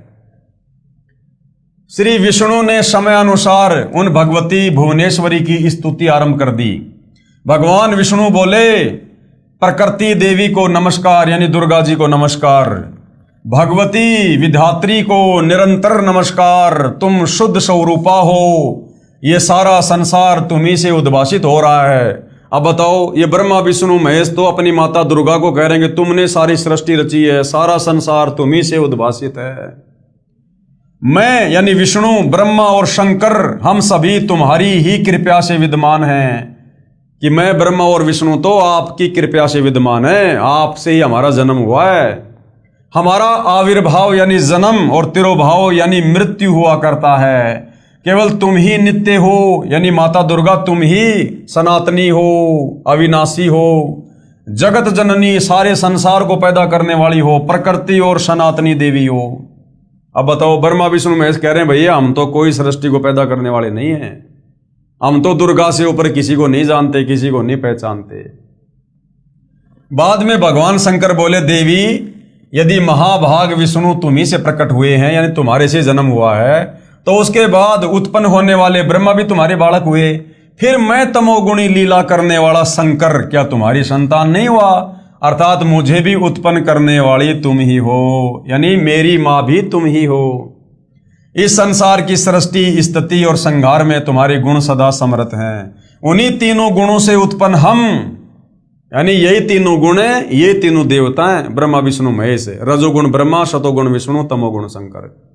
उन्हीं तीनों गुणों से उत्पन्न हम ब्रह्मा विष्णु एवं शंकर नियम अनुसार कार्य में तत्पर रहते हैं। कि हमारी मनमर्जी नहीं चलती, हमारे को जो आज्ञा आपने दे रखी है हम तो उस आज्ञा में रह के अपना कार्य करते हैं। मैं, ब्रह्मा और शिव विमान पर चढ़कर जा रहे थे। विष्णु जी कह रहे हैं कि मैं, ब्रह्मा और शिव विमान पर चढ़कर जा रहे थे। हमें रास्ते में नए नए जगत दिखाई पड़े, नई नई सृष्टि दिखाई पड़ी। भवानी भला कहिए तो उन्हें किसने बनाया। इसलिए यही प्रमाण देखिए, श्रीमद् देवी भागवत महापुराण, सहभाष्टिकम, शैमात्यम, खेमरा श्री कृष्णदास प्रकाशक, बंबई। इसमें संस्कृत सहित हिंदी अनुवाद किया है। तीसरा स्कंद, अध्याय 4, पेज नंबर 10, श्लोक नंबर 42। ब्रह्मा क्या कह रहा है? अहम ईश्वर है फिलते प्रभाव श्रेय वे जनी युता न यदायु नित्या के अन्य सुरा शतमख प्रमुखा च नित्या नित्या तमेव जननी प्रकृति पुराणा। हिंदी अनुवाद क्या है? हे मात, ब्रह्मा, मैं तथा शिव तुम्हारे ही प्रभाव से जन्मवान हैं, यानी हमारी उत्पत्ति करता आप हो। हमारा जन्म आप दुर्गा से हुआ, तीनों का, ब्रह्मा विष्णु महेश का। हम नित्य नहीं है, यानी हम अविनाशी नहीं है, हम अविनाशी नहीं हैं। फिर अन्य इंद्रादि दूसरे देवता किस प्रकार नित्य हो सकते हैं? कि माता दुर्गा, जब हम ब्रह्मा विष्णु महेश ही जन्म और मरण में हैं, तो फिर ये इंद्र या फिर अन्य 33 करोड़ देवी देवता कैसे अविनाशी हो सकते हैं? अर्थात वो भी जन्म और मरण में। तुम ही अविनाशी हो, हे दुर्गा माता, तुम ही हो अविनाशी, जितना इनको ज्ञान है, प्रकृति तथा सनातनी देवी हो। फिर पेज नंबर 11 और 12 पर, अध्याय 5, श्लोक 8 में, यदि दया धर्मना नय सदा अंबिके कत अहम विहिते च तमोगुण कमल जय रजोगुण संभव सुविहित किमु शतोगुण हरि। अनुवाद, भगवान शंकर बोले, हे मात, यदि हमारे ऊपर आप दया युक्त हो तो मुझे तमोगुण क्यों बना दिया? मुझे ऐसे भयंकर कार्य में क्यों लगा दिया? और कमल से उत्पन्न ब्रह्मा को रजोगुण क्यों बनाया तथा विष्णु को शतोगुण क्यों बनाया? अर्थात जीवों के जन्म मृत्यु रूपी दुष्कर्म में क्यों लगाया? श्लोक 12, रमये से सौपति पुरुष सदा तम गति न ही विह विदम शिवे। अब क्या कह रहा है विष्णु? अपने पति पुरुष अर्थात काल भगवान के साथ सदा भोग विलास करती रहती हो, आपकी गति कोई नहीं जानता।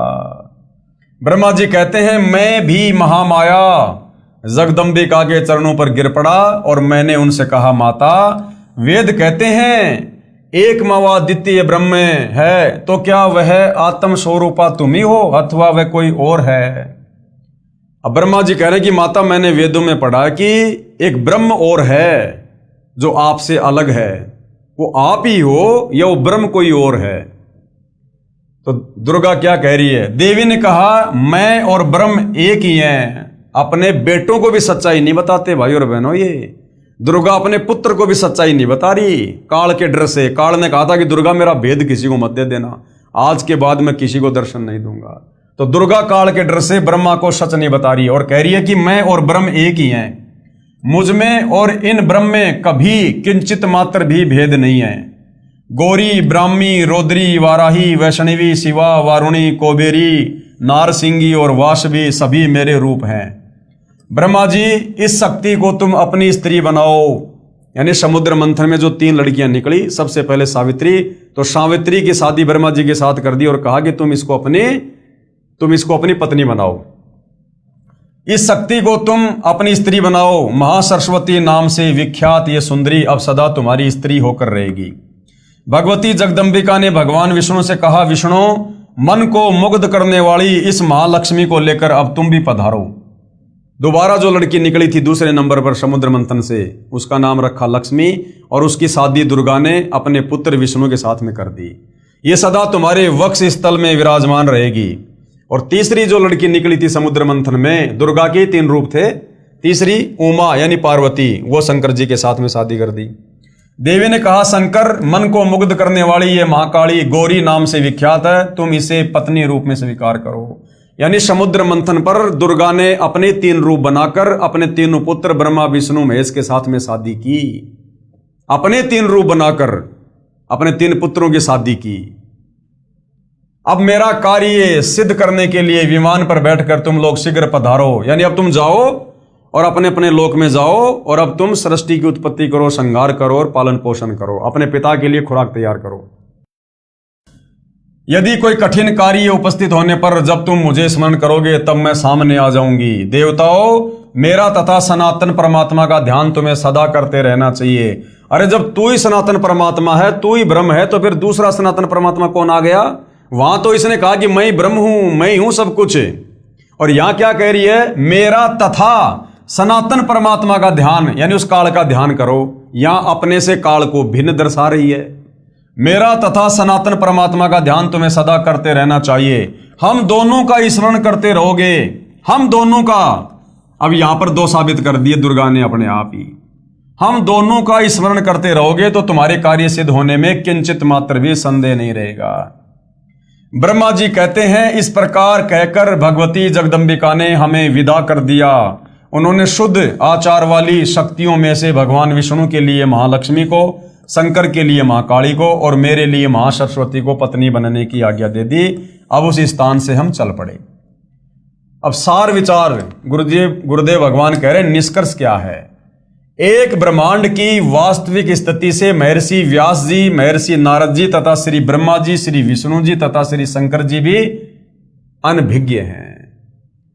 सारी सृष्टि तो छोड़ो, पर ब्रह्म के 7 संग ब्रह्मांड छोड़ो, काल ब्रह्म के 21 ब्रह्मांड छोड़ो, एक ब्रह्मांड के विषय में 21 ब्रह्मांड में एक ब्रह्मांड के विषय में ये पाराशर ऋषि, वेद व्यास ऋषि, मनु, ब्रह्मा, विष्णु, महेश, नारद, सारद, ये सब अनभिज्ञ हैं। इनको एक ब्रह्मांड का भी ढंग से ज्ञान नहीं है, जिनको हम अजरो अमर सारे जगत पिता परमात्मा कहकर पूज रहे थे। एक ब्रह्मांड की वास्तविक स्थिति से महर्षि व्यास जी, महर्षि नारद जी तथा श्री ब्रह्मा जी, श्री विष्णु तथा श्री शिव शंकर जी भी अनभिज्ञ हैं। यह भी स्पष्ट है कि श्री दुर्गा को प्रकृति भी कहते हैं तथा दुर्गा तथा ब्रह्म यानी ज्योति निरंजन काल का पति पत्नी का संबंध भी है। इसलिए लिखा है कि ब्रह्म के साथ प्रकृति का अभेद संबंध है। जैसे पत्नी को अर्धांगिनी भी कहते हैं। श्री ब्रह्मा जी को स्वयं नहीं पता कि मैं कहां से उत्पन्न हुआ। कह रहा, बेटा नारद, जब मेरी आंख खुली तो मैं कमल के फूल पर बैठा पाया, मुझे नहीं पता ये सृष्टि किसने रची, ये जल कहां से आ गया, अब मेरा आगे क्या कार्य है। ब्रह्मा को अपनी उत्पत्ति का नहीं पता। श्री ब्रह्मा जी को स्वयं नहीं पता कि मैं कहां से उत्पन्न हुआ। 1000 वर्ष तक जल में पृथ्वी की खोज की परंतु नहीं मिली। तब आकाशवाणी के आधार पर 1000 वर्ष तक तप किया। कमल का डंठल पकड़कर नीचे उतरा तो वहां शेषनाग की सैया पर भगवान विष्णु बेहोश पड़े थे। श्री विष्णु जी के शरीर में से एक देवी निकली, भूतनी की तरह, जो सुंदर आभूषण पहने आकाश में विराजमान हो गई। तब श्री विष्णु जी होश में आए, इतने में शंकर जी भी वहीं आ गए। यानी दुर्गा ने तीनों को इकट्ठा कर दिया काल के आदेश से। उपरोक्त विवरण से सिद्ध है कि तीनों भगवान बेहोश कर रखे थे, फिर सचेत किए। आकाश से विमान आया, देवी ने तीनों भगवानों को विमान में बैठने का आदेश दिया। विमान को आकाश में उड़ाया। ऊपर एक ब्रह्मा, एक शिव तथा एक विष्णु और देखा जो ब्रह्मलोक में थे। यानी काल ही ब्रह्मा विष्णु महेश ये तीन रूप बनाकर बैठ गया, इन तीनों को ये दिखाने के लिए कि आगे चलकर आंडी मत भाग जाना कि हम ही हैं सारी सृष्टि के मालिक। विचार करें, ब्रह्मलोक में दूसरे ब्रह्मा विष्णु तथा शिव दिखाई दिए थे। ये ज्योति निरंजन ब्रह्म की ही ये कलाबाजी है। वही अन्य तीन रूप धारण करके ब्रह्मलोक में तीन गुप्त स्थान, एक रजोगुण प्रधान क्षेत्र, एक शतोगुण प्रधान क्षेत्र, एक तमोगुण प्रधान क्षेत्र बनाकर रहता है तथा प्रकृति यानी दुर्गा अष्टंगी को अपनी पत्नी रूप में रखता है। जब ये दोनों रजोगुण प्रधान क्षेत्र में होते हैं तब ये महाब्रह्मा तथा दुर्गा महासावित्री कहलाते हैं। इन दोनों के सहयोग से जो बेटा इस रजोगुण प्रधान क्षेत्र में उत्पन्न होता है वह रजोगुण प्रधान होता है, उसका नाम ये ब्रह्मा रख देते हैं तथा जवान होने तक अचेत करके परवरिश करते रहते हैं। फिर कमल के फूल पर रखकर सचेत कर देते हैं। जब ये दोनों कौन, काल और दुर्गा, जब ये दोनों महाविष्णु तथा महालक्ष्मी रूप में काल ब्रह्म तथा दुर्गा शतोगुण प्रधान क्षेत्र में रहते हैं, तब दोनों के पति पत्नी व्यवहार से जो पुत्र उत्पन्न होता है वह शतोगुण प्रधान होता है, उसका नाम विष्णु रख देते हैं। कुछ दिन के पश्चात बालक को अचेत करके जवान होने तक परवरिश करते रहते हैं। फिर शेषनाग की सैया पर सुला देते हैं, फिर सचेत कर देते हैं। इसी प्रकार जब ये दोनों तमोगुण प्रधान क्षेत्र में होते हैं, कौन, काल और दुर्गा, इसी प्रकार जब ये दोनों तमोगुण प्रधान क्षेत्र में रहते हैं तब शिवा अर्थात दुर्गा तथा महाशिव अर्थात सदाशिव के यानी काल और दुर्गा के पति पत्नी व्यवहार से जो पुत्र इस क्षेत्र में उत्पन्न होता है वह तमोगुण प्रधान होता है, इसका नाम शिव रख देते हैं। इसे भी जवान होने तक अचेत रखते हैं, फिर जवान होने पर सचेत करते हैं। फिर तीनों को इकट्ठा करके विमान में बैठाकर ऊपर के लोगों का दृश्य दिखाते हैं, कहीं ये अपने आप को सर्वे सर्वा ना मान बैठे हैं। इनका अहंकार तोड़ने के लिए कि कहीं आगे चलकर ये अपने आप को ही भगवान ना मान बैठे, इसके लिए काल इनको ब्रह्मलोक में तीन रूप बनाकर ब्रह्मा विष्णु महेश के रूप बनाकर दिखाता है और ये तीनों देवता चक्कर में पड़ जाते हैं कि ये दूसरा ब्रह्मा कौन है, ये दूसरा विष्णु कौन है, ये दूसरा शिव कौन है। गुण प्रधान क्षेत्र को समझने के लिए एक उदाहरण है कि काल किस प्रकार से तीन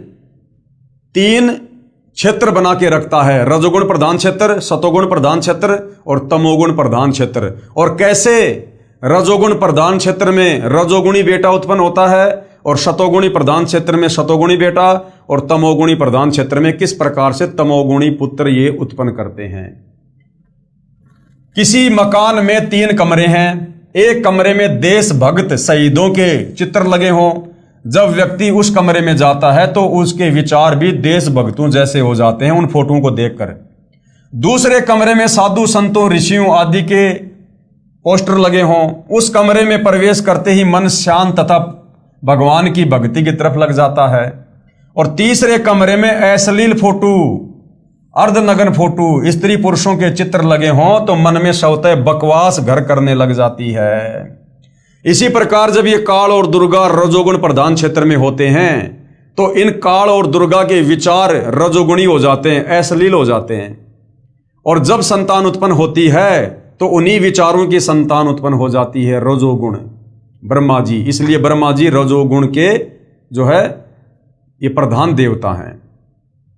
और जब ये काल और दुर्गा शतोगुण प्रधान क्षेत्र में होते हैं तो वहां इनके विचार शतोगुणी हो जाते हैं। और शतोगुणी विचारों में जब ये पति पत्नी व्यवहार करके बच्चा उत्पन्न करते हैं तो वो शतोगुणी प्रधान बच्चा उत्पन्न होता है जिसका नाम ये विष्णु रखते हैं। और जब ये तीसरे प्रधान क्षेत्र तमोगुणी प्रधान क्षेत्र में होते हैं, ये काल महाशिव रूप में और दुर्गा को ये महागौरी रूप में रखता है, महापार्वती रूप में।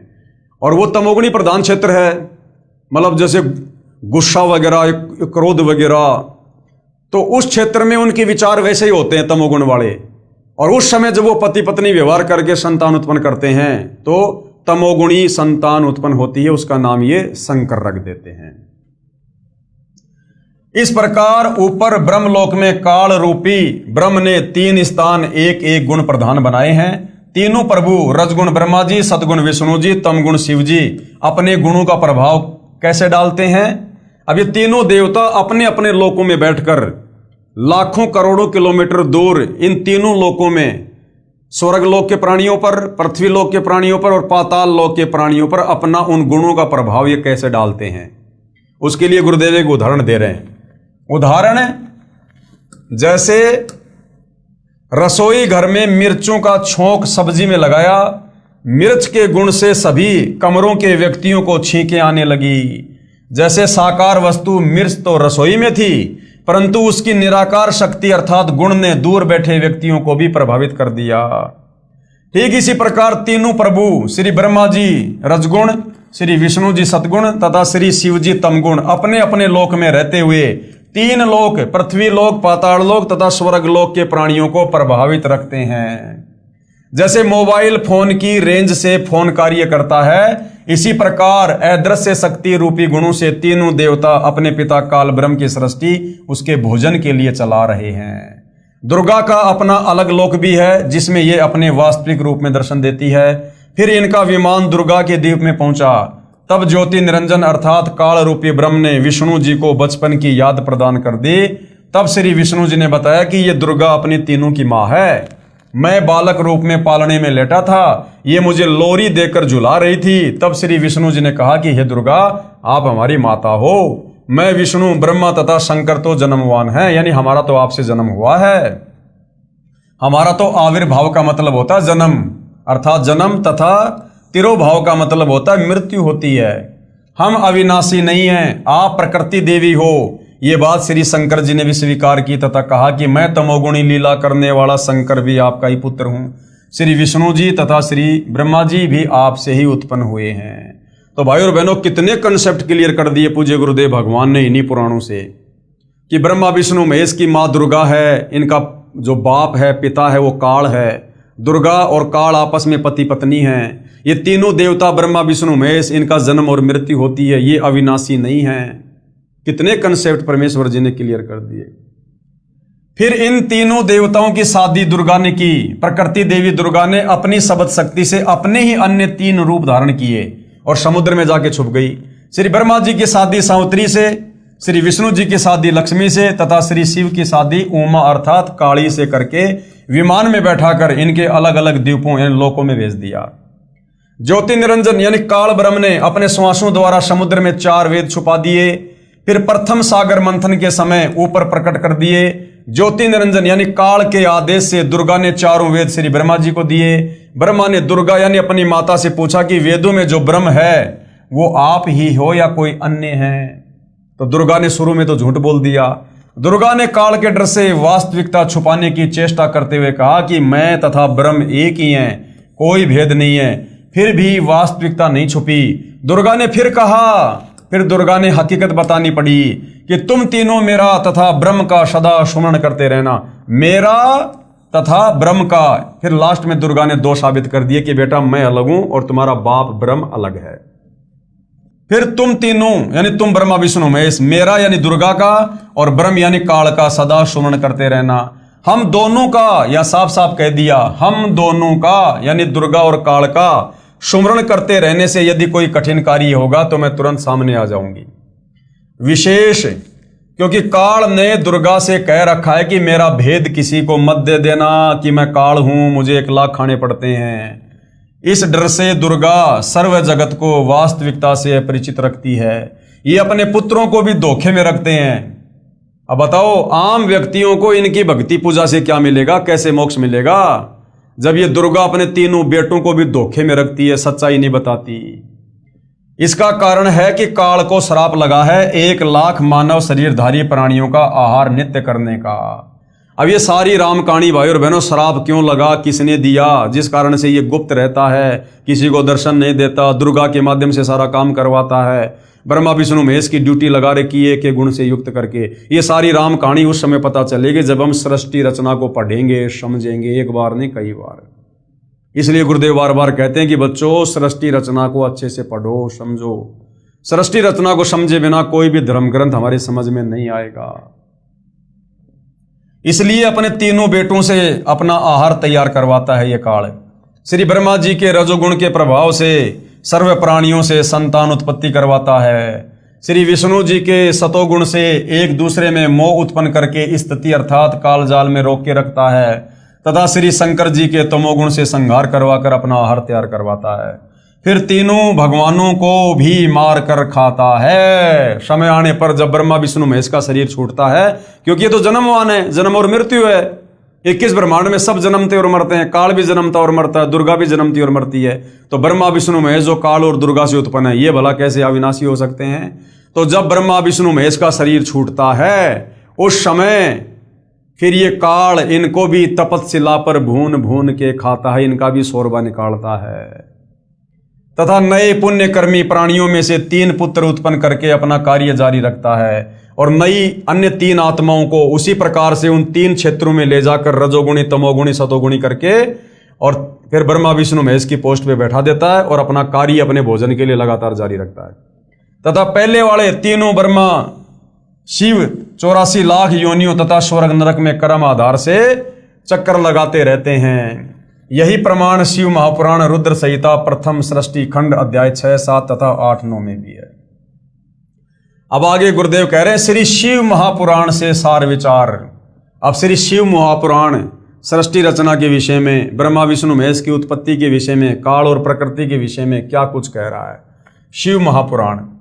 श्री शिव महापुराण अनुवादक हैं श्री हनुमान प्रसाद पोदार, प्रकाशक हैं गोविंद भवन कार्यालय, गीता प्रेस गोरखपुर, मोटा टाइप, अध्याय 6, रुद्र संहिता प्रथम खंड, सृष्टि से निष्कर्ष। अपने पुत्र श्री नारद जी के श्री शिव तथा श्री शिवा के विषय में पूछने पर नारद जी ने ब्रह्मा जी से पूछा कि शिव और शिवा क्या है, काल और दुर्गा क्या है। श्री ब्रह्मा जी ने कहा, पेज नंबर 100 से 102 पर, जिस परब्रह्म के विषय में ज्ञान और अज्ञान से परिपूर्ण युक्तियों द्वारा इस प्रकार विकल्प किए जाते हैं। अब ब्रह्मा जी को भी नहीं पता ब्रह्म क्या और परब्रह्म क्या। काल को तो ब्रह्मा जी परब्रह्म कह रहे हैं कि जिस परब्रह्म के विषय में ज्ञान और अज्ञान से पूर्ण युक्तियों द्वारा इस प्रकार विकल्प किए जाते हैं, यानी कुछ सच्ची और कुछ झूठ, ज्ञान और अज्ञान। जो निराकार परब्रह्म है वही साकार रूप में सदाशिव रूप धारण कर मनुष्य रूप में प्रकट हुआ, यानी वो काल ही सदाशिव रूप में शंकर जी के रूप में प्रकट होकर दर्शन देता है। सदाशिव ने अपने शरीर से एक स्त्री को उत्पन्न किया। अब ब्रह्मा जी ने थोड़ी बहुत सृष्टि रचना तो कबीर भगवान से सुनी और बाकी इसने वेदों से ले ली अटपट और खिचड़ी ज्ञान बना लिया। और क्या कह रहा है, सदाशिव ने अपने शरीर से एक स्त्री को उत्पन्न किया, जबकि यह सच्चाई नहीं है। जब सतलोक में इस काल ने दुर्गा के साथ में दुर्व्यवहार करना चाहा तो दुर्गा ने इसके मुख के माध्यम से इसके पेट में जाके शरण ली और वहां जाकर कबीर भगवान से अराज की कि हे कबीर परमात्मा मेरी रक्षा करो। फिर कबीर परमात्मा सहजदास के रूप में आते हैं और काल का पेट फाड़कर दुर्गा को बाहर निकालते हैं, वापस काल के पेट को सेट करते हैं। तो अब ये ब्रह्मा जी क्या कह रहा है कि सदाशिव ने अपने शरीर से एक स्त्री को उत्पन्न किया, यानी दुर्गा इस काल के शरीर से बाहर आई थी सतलोक में, जिसे प्रधान प्रकृति अंबिका और त्रिदेव जननी ब्रह्मा विष्णु शिव की माता कहा जाता है, जिसकी 8 भुजाएं हैं। यानी सृष्टि रचना का ज्ञान ब्रह्मा जी को नहीं है, खिचड़ी ज्ञान है, खिचड़ी ज्ञान है। शुक्र मनाओ भाई और बहनों, जो ज्ञान ब्रह्मा विष्णु महेश को नहीं है वो ज्ञान आज पूज्य गुरुदेव ने आप और हमें दे दिया। अब बताओ, ये पाराशर ऋषि, वेदव्यास ऋषि, ब्रह्मा विष्णु महेश, ये ज्ञान मार्ग में आप और हमारे सामने ये नहीं टिक सकते। इसलिए गुरुदेव भगवान कहते हैं कि जो भगत 3-4 साल तक अच्छे से इस ज्ञान को समझ लेगा, उसके सामने ब्रह्मा विष्णु महेश भी मुंह की खाके जाएंगे, मुंह की खाके। अब श्री विष्णु की उत्पत्ति, जो वे सदाशिव हैं यानी जो काल है, उन्हें परम पुरुष ईश्वर, शिवा, शंभु और महेश्वर कहते हैं, क्योंकि किस ब्रह्मांड में लोक वेद के आधार से भगवान सिद्ध हो रखा है।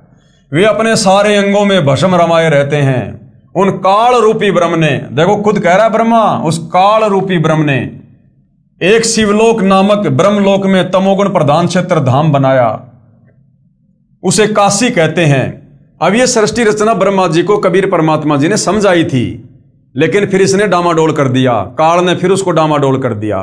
फिर ब्रह्मा जी ने वेदवाद पढ़े, कुछ वेदों वाला ज्ञान ले लिया, कुछ परमात्मा से सुनी सुनाई सृष्टि रचना ले ली और खिचड़ी ज्ञान बना के ब्रह्मा जी ने फिर नीचे मनु जैसे अपने वंशजों को दे दिया।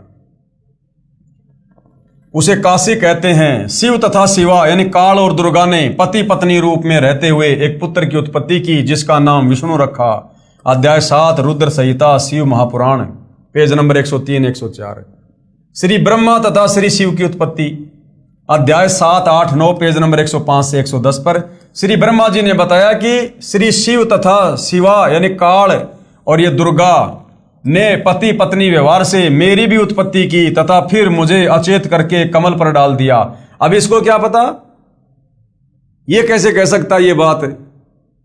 क्योंकि कबीर परमात्मा जी ने सारी सृष्टि रचना इनको बताई थी, समझाई थी, और कुछ उन वेदों में लिखी हुई थी। तो जिस कारण से ब्रह्मा जी खिचड़ी ज्ञान करके नारद जी को बता रहा है।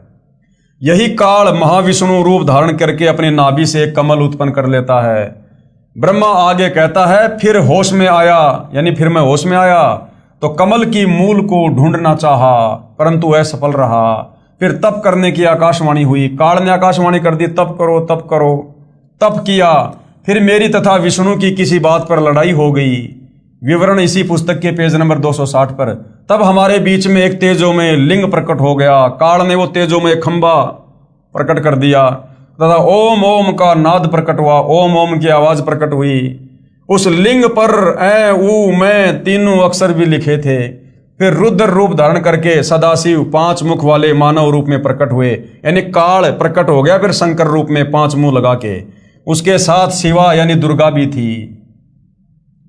फिर शंकर को अचानक प्रकट कर दिया, क्योंकि ये पहले अचेत था, फिर सचेत करके तीनों को इकट्ठे कर दिया तथा कहा कि तुम तीनों सृष्टि स्थिति तथा संहार का कार्य संभालो। रजगुण प्रधान ब्रह्मा जी, सतगुण प्रधान विष्णु जी तथा तमगुण प्रधान शिव जी, इस प्रकार तीनों देवताओं में गुण है, परंतु शिव काल रूपी ब्रह्म गुणातीत है। ये जो सदाशिव है इनका पिता है काल ब्रह्म। इसने तीनों बेटों को एक एक गुण से युक्त कर दिया और फिर ये इनसे अलग ब्रह्म लोक में जाकर रहने लग गया। तो तीनों देवताओं में गुण है और ये जो काल है शिव सदाशिव ये गुणातीत है, यानी ये तीनों गुणों से दूर है। ये तीनों गुण इसने अपने तीनों पुत्रों को दे दिए, ब्रह्मा विष्णु महेश को। है तो ये भी तीनों गुणों से युक्त है, लेकिन ये और ये तीनों देवता परस्पर अलग अलग रहते हैं। इसलिए कह रहा है इस प्रकार तीनों देवताओं में गुण है ब्रह्मा विष्णु महेश में, परंतु शिव यानी काल रूपी ब्रह्म गुणातीत है, गुणातीत माने गए हैं। पृष्ठ 110 पर अब गुरुदेव भगवान क्या कह रहे हैं? सार विचार, यानी अभी आपको जो सारी बातें बताई हैं इन पुराणों से लिखी हुई दिखाई हैं, पेज नंबर अध्याय नंबर सब। अब इन सारी बातों का निष्कर्ष क्या है ब्रह्मा विष्णु महेश को लेकर, काल और दुर्गा को लेकर, इनकी उत्पत्ति को लेकर? यानी सार उपरोक्त विवरण से स्पष्ट है कि काल रूपी ब्रह्म अर्थात सदाशिव तथा प्रकृति यानी दुर्गा श्री ब्रह्मा, श्री विष्णु तथा श्री शिव के माता पिता हैं। यानी तीनों देवता ब्रह्मा विष्णु महेश के माता पिता। इन पुराणों ने साबित कर दिया कि ये काल और ये दुर्गा है। काल को ब्रह्म भी कहते हैं, सदाशिव भी कहते हैं, दुर्गा को जो है प्रकृति और जो है प्रधान भी कहते हैं। यानी काल और दुर्गा ये ब्रह्मा विष्णु महेश के जनक हैं, इनके माता पिता हैं। एक तो ये क्लियर हो गया। दूसरा, दुर्गा इसे प्रकृति तथा इसको प्रधान भी कहते हैं और इसकी 8 भुजाएं हैं। यह सदाशिव अर्थात ज्योति निरंजन काल के शरीर अर्थात पेट से निकली थी। सृष्टि रचना में हमें पता है कि ये दुर्गा काल के मुख के माध्यम से पेट में चली गई थी, वहां से कबीर परमात्मा ने फिर इसको बाहर निकाला।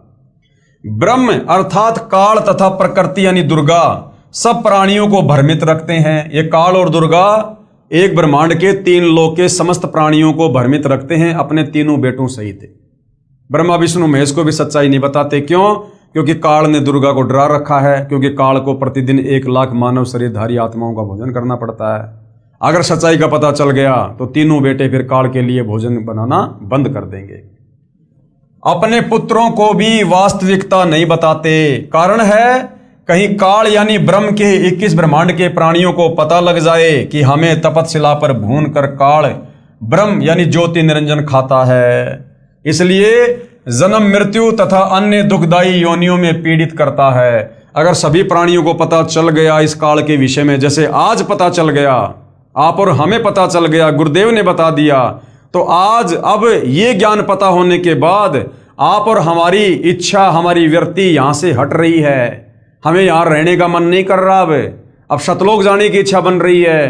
तो काल को डर रहता है, यदि सभी प्राणियों को मेरी असलियत का पता चल गया, सृष्टि रचना का पता चल गया कि मैं रोजाना 1 लाख खाता हूं, तो सारे प्राणी उस तत्वदर्शी संत की शरण में आकर मेरे लोक से भाग जाएंगे, सतलोक चले जाएंगे, फिर मैं खाऊंगा क्या। इसलिए ये अपने काल रूप में ना तो सच्चाई बताता, ना किसी को दर्शन देता, तथा अपने तीनों पुत्रों रजगुण ब्रह्मा जी, सतगुण विष्णु जी, तमगुण शिव जी से उत्पत्ति, स्थिति, पालन तथा संहार का कार्य करवाकर अपना भोजन तैयार करवाता है। क्योंकि काल को 1,00,000 मानव शरीरधारी प्राणियों का आहार करने का श्राप लगा है। कृपया श्रीमद् भगवत गीता जी में भी देखिए, काल ब्रह्म तथा प्रकृति यानी दुर्गा के पति पत्नी कर्म से रजगुण ब्रह्मा, सतगुण विष्णु तथा तमगुण शिव की उत्पत्ति। अब ये तीनों गुण क्या है, ये हम पहले भी पढ़ चुके हैं, लेकिन हम फिर पढ़ेंगे इसको भाई और बहनों, और हम आज यहीं तक लेंगे इसको। अब ये तीनों गुण क्या हैं, रजगुण क्या है, सतगुण क्या है, तमगुण क्या है, क्या ये ब्रह्मा विष्णु महेश ये 3 गुण हैं? तीनों गुण क्या है प्रमाण सहित? तीनों गुण रजगुण ब्रह्मा जी, सतगुण विष्णु जी, तमगुण शिव जी हैं। ब्रह्म यानी काल तथा प्रकृति यानी दुर्गा से उत्पन्न हुए हैं तथा तीनों नासवान हैं। इसका प्रमाण कहाँ है? गीता प्रेस गोरखपुर से प्रकाशित श्री शिव महापुराण, जिसके संपादक हैं श्री हनुमान प्रसाद पोदार, पेज नंबर 110, अध्याय 9 रुद्र संहिता। इस प्रकार क्या लिखा हुआ उसमें भाई और बहनों, आपको शब्दा शब्द बताया जा रहा है, शास्त्रों से बाहर एक भी शब्द नहीं मिलेगा। देख लेना उठा के अध्याय और पेज नंबर। इस प्रकार ब्रह्मा विष्णु तथा शिव तीनों देवताओं में गुण हैं, परंतु शिव यानी वो काल ब्रह्म इनका पिता वो गुणातीत कहा गया है। दूसरा प्रमाण गीता प्रेस गोरखपुर से प्रकाशित श्री मद देवी भागवत पुराण, जिसके संपादक हैं श्री हनुमान प्रसाद पोदार, चिमनलाल गोस्वामी, तीसरा स्कंद, अध्याय 5, पेज नंबर 123। क्या लिखा है? भगवान विष्णु ने दुर्गा की स्तुति की, कहा मैं विष्णु ब्रह्मा तथा शंकर तुम्हारी कृपा से विद्यमान है। हमारा तो आविर्भाव यानी जन्म होता है तथा तिरोभाव यानी मृत्यु होती है। हम नित्य यानी अविनाशी नहीं हैं। तुम ही नित्य हो, जगत जननी हो, प्रकृति और सनातनी देवी हो। फिर भगवान शंकर ने क्या कहा अपनी माता दुर्गा की स्तुति करते हुए? भगवान शंकर ने कहा, यदि भगवान ब्रह्मा तथा भगवान विष्णु तुम्ही से उत्पन्न हुए हैं, तो उनके बाद उत्पन्न होने वाला मैं तमोगुणी लीला करने वाला शंकर क्या तुम्हारी संतान नहीं हुआ? अर्थात हे माँ दुर्गा, मुझे भी उत्पन्न करने वाली तुम ही हो। इस संसार की सृष्टि, स्थिति, संहार में तुम्हारे गुण सदा सर्वदा हैं। इन्हीं तीनों गुणों से उत्पन्न, रजगुण से ब्रह्मा, सतगुण से विष्णु, तमगुण से शंकर, इन्हीं तीनों गुणों से उत्पन्न हम ब्रह्मा विष्णु तथा शंकर नियम अनुसार कार्य में तत्पर हैं। यानी हम स्वतंत्र नहीं हैं। हमें आपके द्वारा जिस प्रकार से कार्य दिया जाता है हम वही कार्य करते हैं। उपरोक्त यह विवरण केवल हिंदी में अनुवादित श्री देवी महापुराण से है, जिसमें कुछ तथ्यों को छुपाया गया है इन अनुवादकर्ताओं के द्वारा तत्व ज्ञान ना होने के कारण। इसलिए यही प्रमाण देखिए श्रीमद् देवी भागवत महापुराण, सभाष्टिकम, शय मातम्य, खेमराज श्री कृष्णदास प्रकाशन, मुंबई। इसमें संस्कृत सहित हिंदी अनुवाद किया है। तीसरा स्कंद, अध्याय 4, पेज 10, श्लोक 42।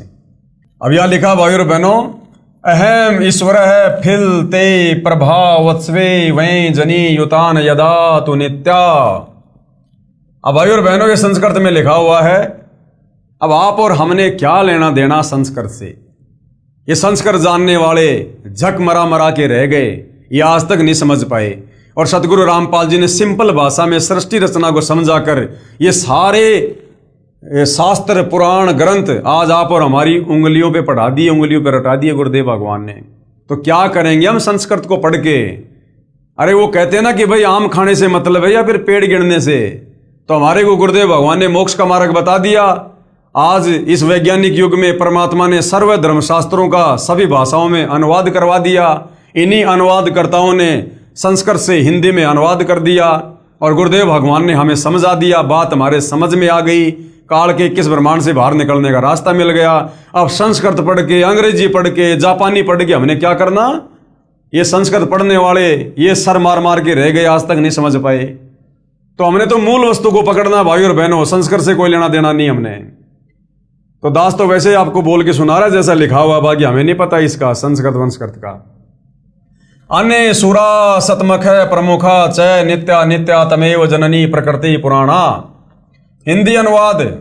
हे मात, ब्रह्मा मैं तथा शिव तुम्हारे ही प्रभाव से जन्मवान हैं। विष्णु जी क्या कह रहे हैं अपनी माँ दुर्गा को कि हे माँ दुर्गा, ब्रह्मा मैं यानी विष्णु तथा शिव तुम्हारे प्रभाव से जन्मवान है। हमारा तो आपसे जन्म हुआ है। हम नित्य नहीं हैं, अर्थात अविनाशी नहीं हैं। फिर अन्य इंद्रादि दूसरे देवता किस प्रकार नित्य हो सकते हैं जब हम तीनों प्रधान देवता ब्रह्मा विष्णु महेश ही जन्म और मृत्यु में हैं? तो फिर ये इंद्र और ये अन्य 33 करोड़ देवी देवता कहां से ये अविनाशी होंगे? ये भी जन्म और मरण में हैं। तुम ही अविनाशी हो जितना विष्णु जी को ज्ञान है, प्रकृति तथा सनातनी देवी हो। आगे पेज नंबर 11-12 अध्याय 5 श्लोक 8। यदि दया धर्मना नय सदा अंबिके कथ अहम विहित च तमोगुण कमल जय रजोगुण संभव सुविहित किमु शतोगुण हरि।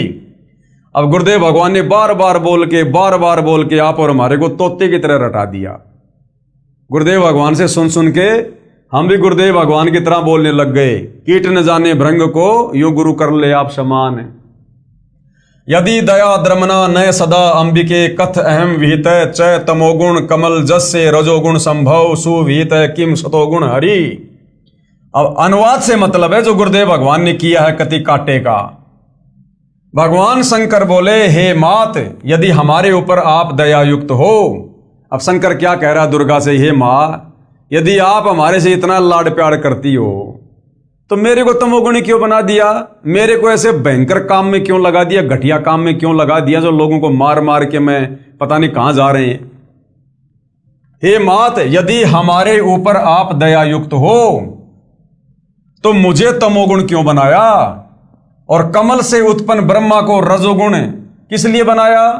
तथा विष्णु को शतगुण क्यों बनाया? अर्थात जीवों के जन्म मरण रूपी दुष्कर्म में क्यों लगाया? तो भैया वो दुर्गा है, वो सगी नहीं है। उसको भैया अपने पति काल का आदेश पालन करना पड़ता है। काल ने सबकी गर्दन दबा रखी है। यहां पर अपन सबको शतलोक से गुमराह करके ले आया और यहां अपने जाल में फंसा लिया। अब जैसा काल कहेगा वैसा ही करना पड़ेगा। कब तक?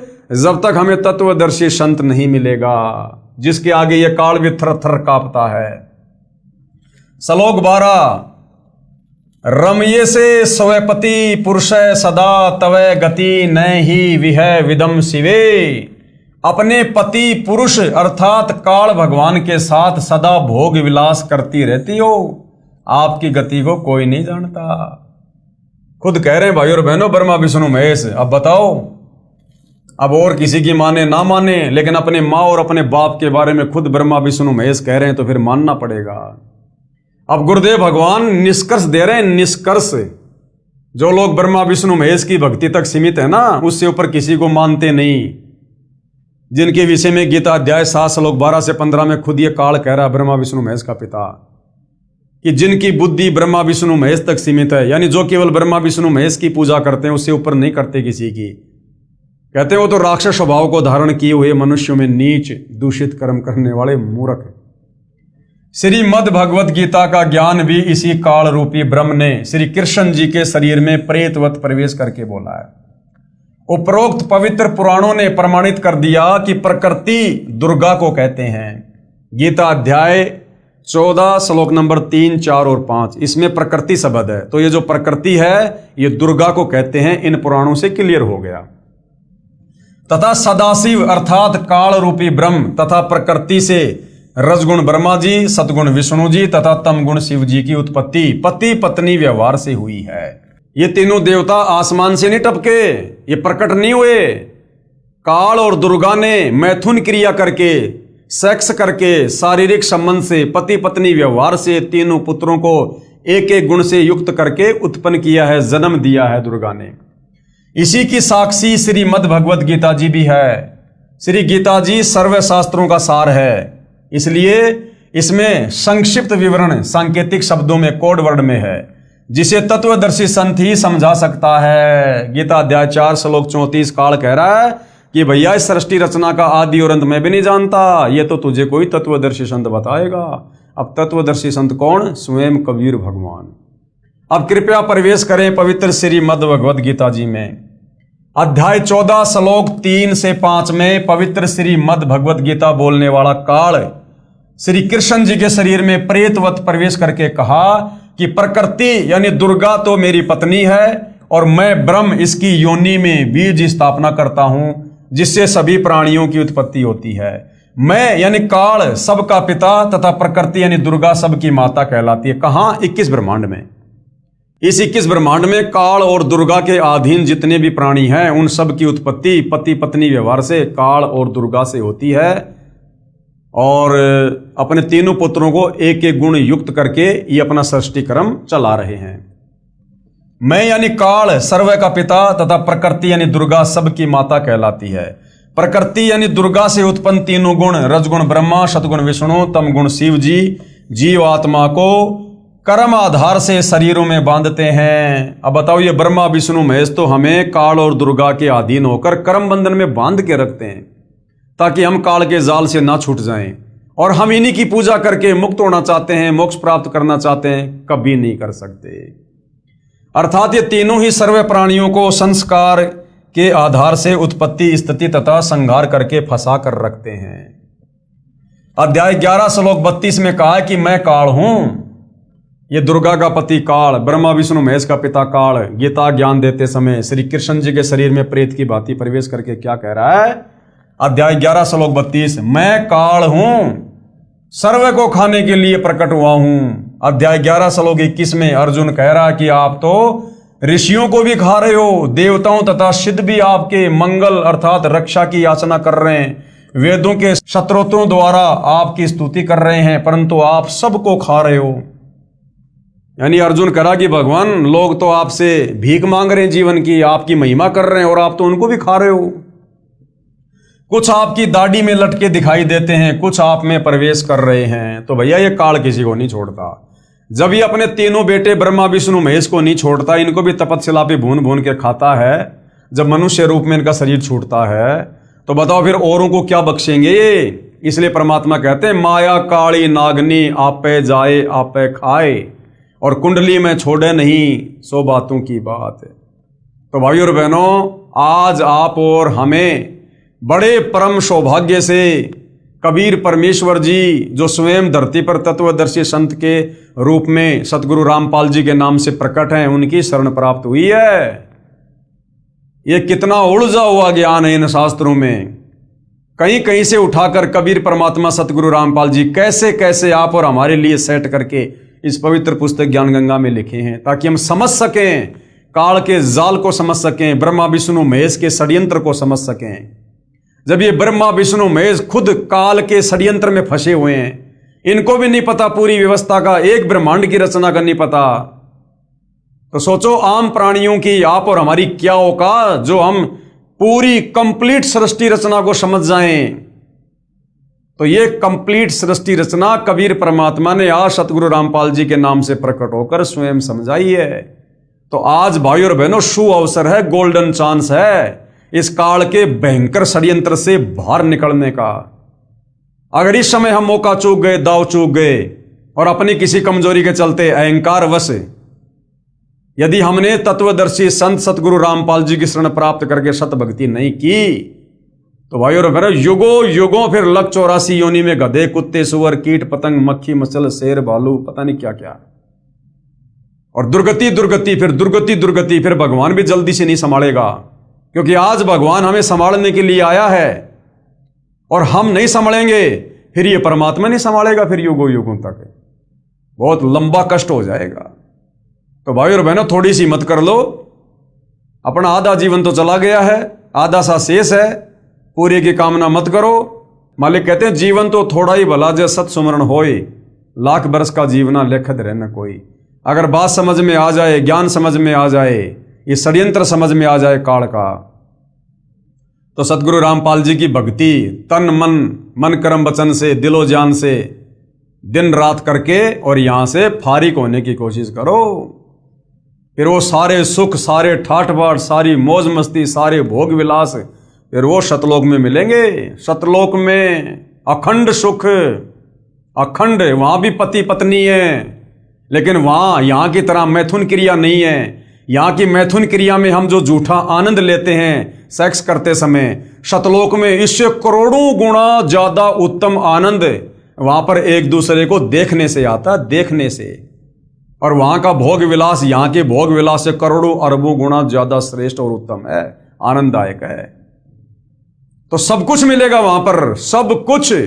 जो गंदा सुख यहां पर काल हमें दे रहा है उलझाने के लिए, उससे करोड़ों अरबों गुना ज्यादा परम आनंददायक सुख हमें शतलोक में मिलेगा। और फिर हमारे ऊपर कोई जो है वो कर्म नहीं लगेगा, कोई पाप नहीं लगेंगे, कोई चिंता नहीं, कोई टेंशन नहीं, कोई 3 गुण नहीं, कोई कुछ नहीं। अजरो अमर शरीर मिलेगा, निरोगी शरीर मिलेगा, ट्रांसपेरेंट शरीर मिलेगा, पारदर्शी शरीर। 16 सूर्य जितनी चमक है, सबके अपने महल हैं, ठाट बाट हैं। यहाँ तो एक मोटरसाइकिल, एक 4 व्हीलर के लिए आदमी पूरी जिंदगी गधे की तरह कमाता है, फिर भी वो किस्तों पे लेके आता है, फिर किस्तों की टेंशन। और वहां सबके पर्सनल विमान, बिना डीजल पेट्रोल के, बिना इंजन के, जो इच्छा करोगे वहीं जाएगा, वहीं उड़ेगा। वहां कोई एक्सीडेंट नहीं होता, पहाड़ों के अंदर से निकल जाओ चाहे। निःशुल्क खाना पीना रहना, सब कुछ परम आनंददायक। ना गर्मी, ना सर्दी, ना बरसात, एक रस मौसम, मीठी मीठी धुन, अनहद नाद बजता रहता है, मन को आनंदित करने वाला। तो भाई और बहनों, वहां के ठाट बाट तो अजब गजब हैं, जैसा गुरुदेव भगवान हमें बताते हैं। लेकिन मिलेंगे कब? जब पहले हम काल के भयंकर षड्यंत्र से परिचित होंगे, गुरुदेव के सत्संग सुनकर, पुस्तकों को पढ़कर। जब हम इस सारे उलझे हुए अज्ञान से परिचित होंगे और फिर गुरुदेव ने किस प्रकार से सुलझाकर हमें समझाया है, फिर हमारी भक्ति करने की रुचि बनेगी। जब काल के डर से भयभीत होकर हम सतलोक जाने की तरफ अग्रसर होंगे। भय बिना भक्ति नहीं होती, और भय बनेगा ज्ञान से कि रह गए तो फिर क्या बनेगा। देख लो, ब्रह्मा विष्णु महेश की चक्री बांध रखी आप और हमारी क्या औकात है। तो भाई और बहनों, सतगुरु रामपाल जी परमेश्वर जी ने आप और हमारे आत्म कल्याण के लिए कोई कसर नहीं छोड़ी है। अब यदि कमी रहेगी तो हम खुद ही अपने पैर पर एक कुल्हड़ा मार सकते हैं। बाकी भगवान ने तो दया करने में भाई छप्पर फाड़ रखा, छप्पर। बाकी भाई अपने अपने भाग, अपने अपने संस्कार, सकल पदार्थ हैं जगमाही, भाग बिना नर पावत नहीं। तो भाई और बहनों, आज के पवित्र ज्ञान गंगा पुस्तक पर बन रहे वीडियो की श्रृंखला में केवल इतना ही। कल परमेश्वर की सेवा में फिर हाजिर होंगे। तब तक गुरुदेव भगवान हम सबको आज्ञा दे, आशीर्वाद दे, सद्बुद्धि दे, मार्गदर्शन करे। बंदी छोड़ सतगुरु रामपाल जी परमेश्वर जी की जय हो।